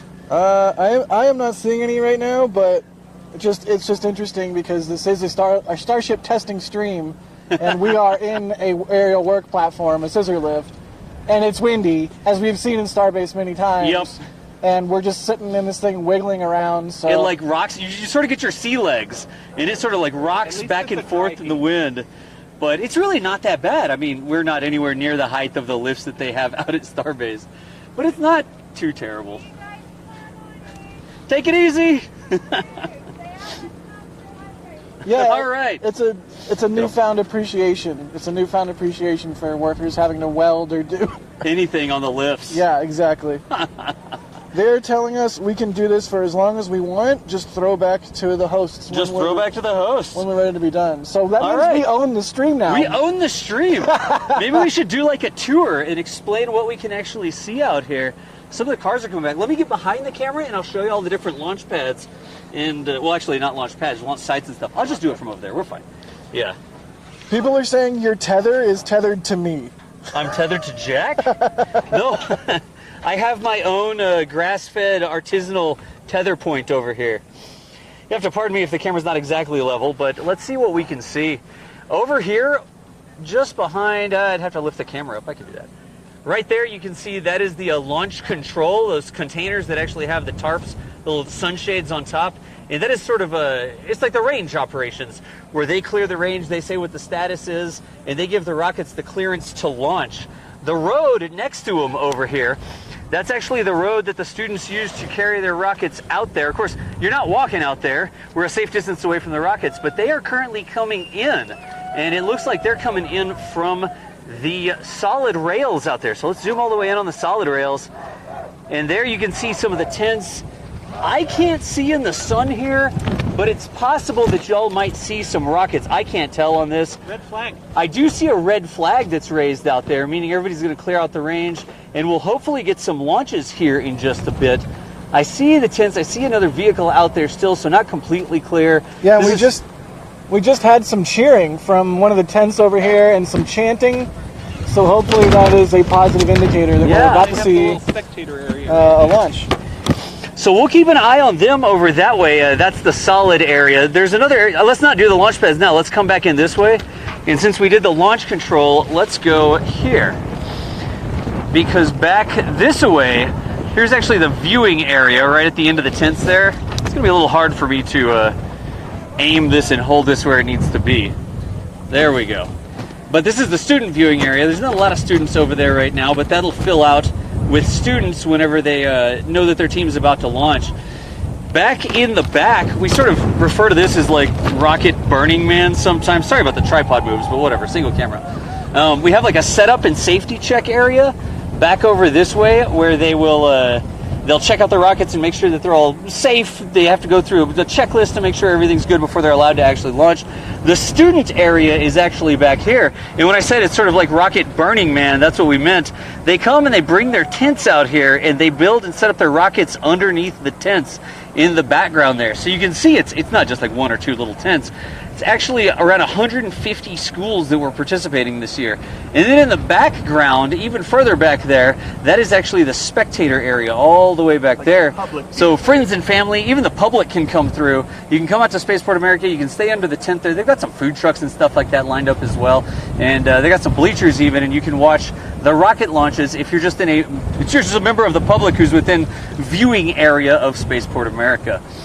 So let's see here, what else did we talk about? I don't know, but let's get a sweet shot of my Land Rover. Do you want me to get a sweet shot of your Land Rover? Of course. All right, here's a sweet shot of Jack's Land Rover right here. We got the NSF truck, and we're actually camping in that RV. There's the Land Rover, Jack. It successfully prevented me from dying on the way here, so. Here's actually Jack. Say hi to the camera, Jack. Hi to the camera, Jack. I assume the tether is still good if you're sitting in a lawn chair. Hopefully. Well, you're right. This is a lot like Rocket Burning Man. I feel like I need like some kind of art car that's like rocket shaped and like has fire coming out the back. Maybe I'd be wearing like some kind of steampunk sort of getup. Maybe like have like aviation goggles on. I need some goggles for the sand. I need goggles. I actually need. I'm not even joking. But hi everybody. It's 15. Wind is 15, gusting to 24 right now, so not terrible. We do have to keep track of our wind ratings so that we know. Sorry for the spin around on the camera, but we keep track of the wind ratings since we're up on the lift, so we know when it's time to come down. Look at that. Can y'all see the dust out there? That's not the levelest camera shot in the world, but I'm on a lift. It's shaking anyways. Yeah, I mean, what can you do? Yeah, you just look at the dust blowing across the desert. Do we have the thermometer right now? What's the thermometer reading? Here, y'all. Here, let me give you a weather report from the New Mexican desert. It's hot. In the sun. It's hot. Not the best. But at least it's a dry heat. Look, we got Celsius on there as well for everybody not in America, I guess, not in the United States. What does it say? 45, 46, 47 is what this little thermometer is saying right now. It's in the sun, it's not in the shade. We have a little IR thermometer as well. We sort of point at things. Let's see if there's anything happening on the hybrid range over here. The hybrid range is off in this direction. Oh man, the sand has gotten to my zoom key again. Oh god. Yep, it's not zooming soon. Everything becomes crunchy. Yeah. I try and plug something into my MacBook. The USB ports are crunchy. Oh yeah. I type on the keyboard keyboard's crunchy. I take a sip out of my water bottle, the water's crunchy. The water tastes crunchy. Oh my gosh, what did you shoot that at? Just the ground. Keep pushing the button. That button. Here, we've apparently got one of these as well. It is rough up here in the wind. One of these little... Oops. It went off. Ow, you got to take a reading again for me.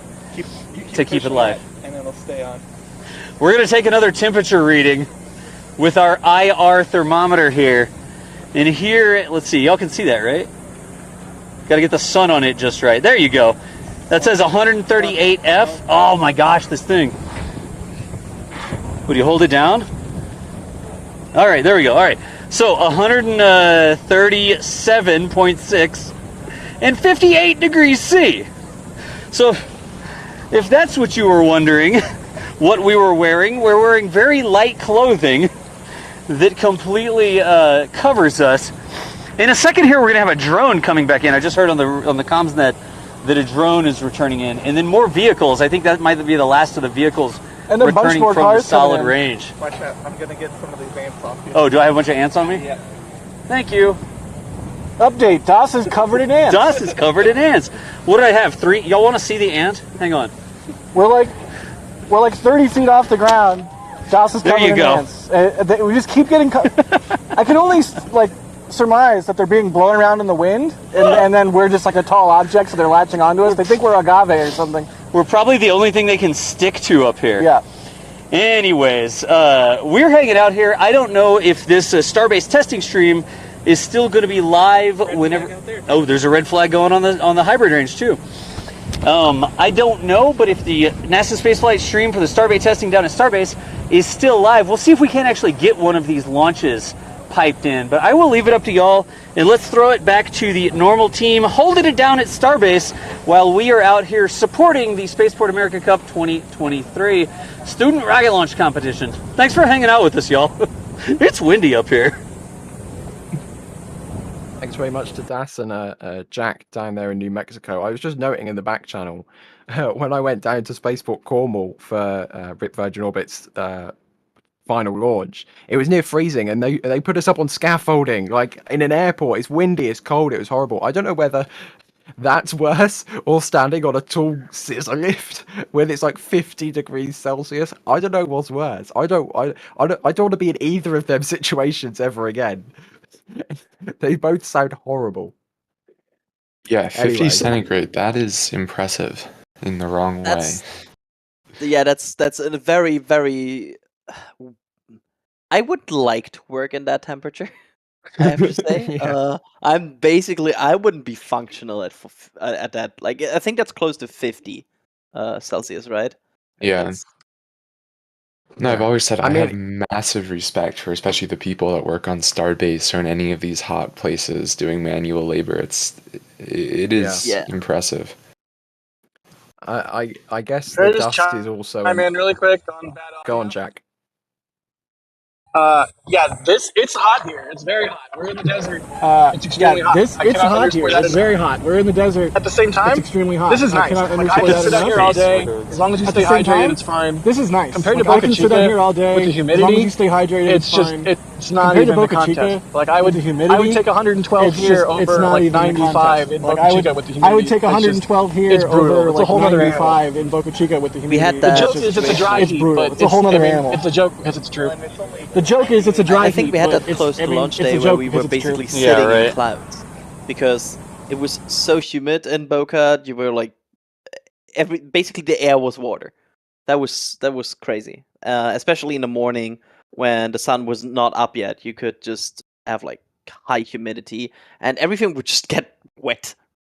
based on the high humidity. It was crazy. Yeah. The dust, I mean, just I couldn't do it. I'm very sensitive to the heat. I couldn't do it. Big respect to everyone out there working in hot, especially humid and dusty places, especially working on these big rockets and little rockets in New Mexico. Yeah, big respect. I'm going to pull a few more of these questions real quick whilst we're seeing the ship get a little less frosty now. The frost lines are starting to drip a little bit, and the venting has pretty much stopped apart from the... we're seeing some condensation and stuff. Trevor, I think should there be any more vents as the frost line comes down? Will we see any more kind of like pressure equalization? I guess they might need to like suck the air in to equal the pressure, I'm assuming. Yeah, so as the propellant boils, there still will be pressure fluctuations, so there'll still be some venting, but now that they're in detanking, the amount of venting is significantly lesser, as we can see from the current shot. Raptor Engine, that's a good name, asking, what is your favourite engine of all time?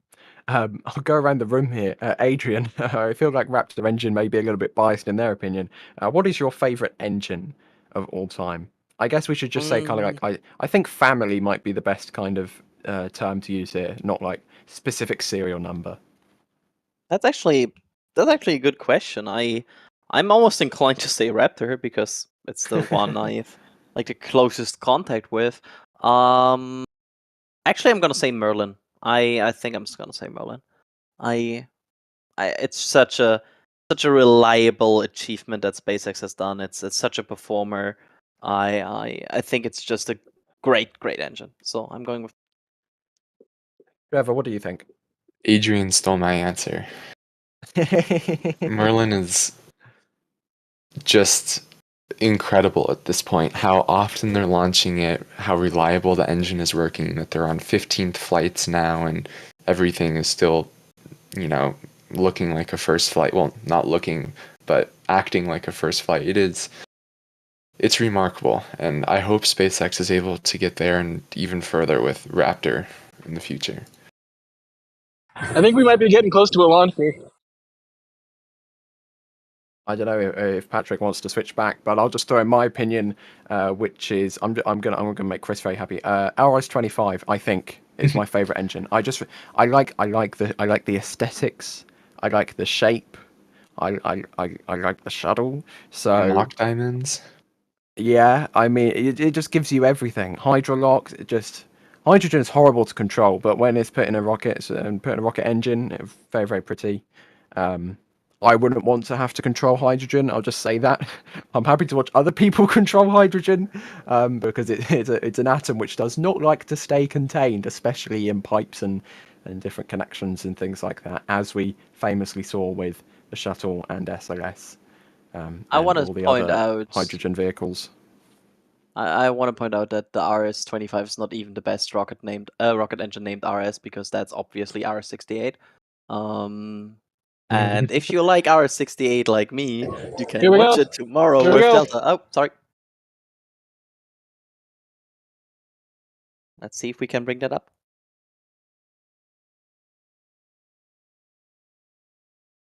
I don't know if we are. I'm not sure as well. So, Adrian, what are you saying about the RS-68? Best. Is there by chance a second to last launch of it coming up soon? Yeah, like tomorrow. I don't know. It's just a fancy rocket engine. I think it's a very fancy one, and I like it. I like it. So, and again, hydrogen just burns cool. Actually, it burns quite hot. I know, but yeah. Especially when the Delta IV, sets itself on fire during launch. Yeah, that is cool. I think Vulcan's kind of symbolically taking that on with the flame, the painted flame up the side, because it's kind of merging Atlas and Delta together, kind of, sort of. So yeah, symbolically taking that the most epicest feature of that rocket family. Yeah. Ernie asking here, going back to Starship, will SpaceX catch the ship as well? If so, will they build towers just for catching a ship/booster? So we've seen the renders and whatnot of SpaceX bringing the booster back for a landing/catch with the chopstick arms on the orbital launch tower. Trevor, are they going to do that with the ship? Are they going to put legs on the ship? What about places where there aren't towers? Will they build just landing tower? What do we think will be going on with ship returns? Yeah, that's kind of the question right now. I know during the Starship orbital streams, Kate Tice was talking about future legs for Starship, which seemed to imply that maybe they will be landing it on a landing pad like they had originally planned. Yet we still haven't heard talks of or seen any hardware for leg development. So it's really hard to know. I imagine they want to catch ship when they can, but as you mentioned, obviously there are plenty of places where you can't do that. So I think in the future they will likely do both. Have some ships that land on a landing pad, have some that land on the chopsticks. They have the same pins near the flaps for lifting, using the chopsticks as the crane to stack the vehicles. So theoretically, me armchair engineering this, it seems possible. Seems if catching the booster is realistic, then surely catching the ship is realistic as well because it's smaller, and it has the flaps. It has less mass. And it has the same pins. So yeah, I should note that Elon has talked about catching the ship several times. So that's definitely something SpaceX is looking into. It's just more recent info from Kate Tice on the orbital stream seems to suggest that maybe they're changing their minds. I think this is Lexicon asking, is there a count on how many times the Merlin engines have been reused? Adrian, I'll throw this to you, since you were the first person to mention it before you stole Trevor's answer. Do we know? Do we count Merlin serial numbers like we can see with the Raptors? No. How does that work? The problem is there's no way of of course somebody would track it. I've learned with SpaceX, if there's a way to track something, people will track it. But of course with Merlins, we just can't. There is no way, there's no obvious number on it that makes it easy to track. And also we don't have cameras next to 39A where we can just zoom in into everything. Where it's just where we're meters away. So we can't, but we know that sometimes take part of them out for some flights and switch them around. But at this point, I would pretty much expect that the highest flight count Merlin probably is equivalent to the highest flight count booster. Trevor, any additional thoughts on that? Yeah, so I'll note that we've had 174 reflights of a booster at this point, including both Falcon 9 and Falcon Heavy. So if you assume minimal engine replacement, which from what we've heard seems to be the case, they've reused the Merlin, on the order of 1,500 times, if not more by this point. So they've reused a lot of Merlins. Yeah, it's also quite crazy when you think about how many parts of this rocket is just getting reused. I think we had the discussion a few launches ago on a stream where suddenly the fairing was the most reused part of a Falcon 9, which is also a very crazy. It's oh yeah, this fairing is flying for the 9th time. Yeah. Or the 7th or something. Mm-hmm. Don't quote me on numbers. Mentioned cameras not being right next to 39A. Some people be like, but you have Space Coast Live, our 24/7 feed of all things Space Coast, Fleet Cam at the port, and LC39, and peering over to Slick 41 and whatnot. But the cameras are over 3 miles, over 5 kilometers away. Starbase, we literally have cameras on the side of the road, and when a booster rolls past, you are no more than a few meters away from the Raptors. So there's a big difference in what we can obtain footage-wise and zoom-wise and proximity-wise between Starbase and the Cape, just because that's how the Cape works. Starbase being where it is, built in the way that it is on public roads is just a part of the nature of the site there. Looking through some more questions now. If you have a question, put them in chat. Tag us at NASASpaceflight. Brings it up in the queue here, and we'll do our best at answering them. Especially as we hear more from Das and Jack down in New Mexico. Daniel asking here, when will SpaceX extend Falcon 9 boosters from 15 to 20 flights? Trevor, have we heard anything about extensions of flights? Because there's a couple boosters now, I forget the numbers, but they're holding at 15 flights. Are they going through refurbishment, something like that? Yeah, sure. So B1058 and B1060 have both launched and landed 15 times now. And for a while, it was thought that SpaceX was going to retire or do major refurbishments to booster at 15 flights. However, I believe we've had more recent rumors say that they're going to go for 20 flights. Of course, SpaceX has not commented officially on this, but in my opinion, we can expect B1058 and B1060 to launch for their 16th times sooner than later. Will they reach the full 20 goal?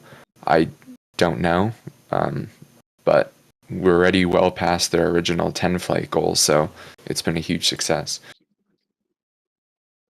And James here has a question. Could SpaceX route the cryopipes through the water-cooled steel plate so it's colder before the engines fire? Adrian, from my position, in my opinion, that seemed a bit like a logistical nightmare to send the cryogenic pipes even further than they already do go. But what's your thoughts on that one? Sometimes also it's not good to create more cool surfaces, because if you cool it down more, it just means the difference between the cool and the hot is just getting bigger. So you increase the potential friction and the potential expansion of the material, which sometimes doesn't help. So we even see on rockets that you are preconditioned sometimes for a certain temperature, so it's not a shock for you. So I'm not sure if that's... And again, like, it also sounds like a logistical nightmare because it would just create more pipes. In my opinion, the last thing you want is for your expensive, hard-to-insulate cryo pipes to be anywhere near the exhaust of a rocket. Very good point. Very good point. Just going to look through here quickly to see if there's any more burning questions that we can get to before the ship starts to really start, emptying out. You can see the frost has really started drooping now. There's just one little strip of frost still reaching near the top of the tank, but the rest of it has started to fall down as the ship is detanked. Quickly here for Mr. Vipitz. Why did the frost line rise so evenly and then suddenly jumped? Trevor, I think gravity means that the level inside the tank will be the same. So why does the frost not follow evenly? Yeah, this is honestly a good question that I've wondered why we suddenly see a large increase in frost on the front side of the booster. I'm not sure. I suspect it has stuff to do with venting. And not from liquid in the tanks, but it's a good question. So there we go. That has been the first spin prime of Ship 25 since its return to the suborbital launch site there, which of course is no longer used for suborbital launches. It is purely used for testing like this with spin primes. First of all, I want to give a big thanks to Adrian for popping in, saying hello, giving us his awesome insight as always. Thanks, Adrian. It was a great pleasure, and I'm just so happy to see engine testing return to Starbase. So that was a great one. I concur with that statement, and also to Trevor, thanks for coming on today. Yeah, of course. Hoping we get some more exciting testing in the coming weeks. And I've been Ryan Caton. I've popped in since Chris took a break about an hour ago or so now, and in the background, pushing the buttons, making the stream go. Patrick has been doing an awesome job as always. Also bringing in that feed for us, Das and Jack in New Mexico, bringing in that feed, Patrick, from there. Oh, look at that. Look at beautiful. I think that's a barn door wipe. Wonderful, Patrick. Absolutely beautiful. But from us, I'll leave it off there. Thanks everybody for watching. Well, fingers crossed we'll see you for some more Starship testing soon. We've got Delta IV Heavy tomorrow morning if you're in Europe. Very early in the morning if you're on the East Coast. So make sure to check that out. The penultimate Delta IV Heavy from the Cape. But from me, from everybody here, thank you very much for watching this stream, and we'll see you later. Bye-bye.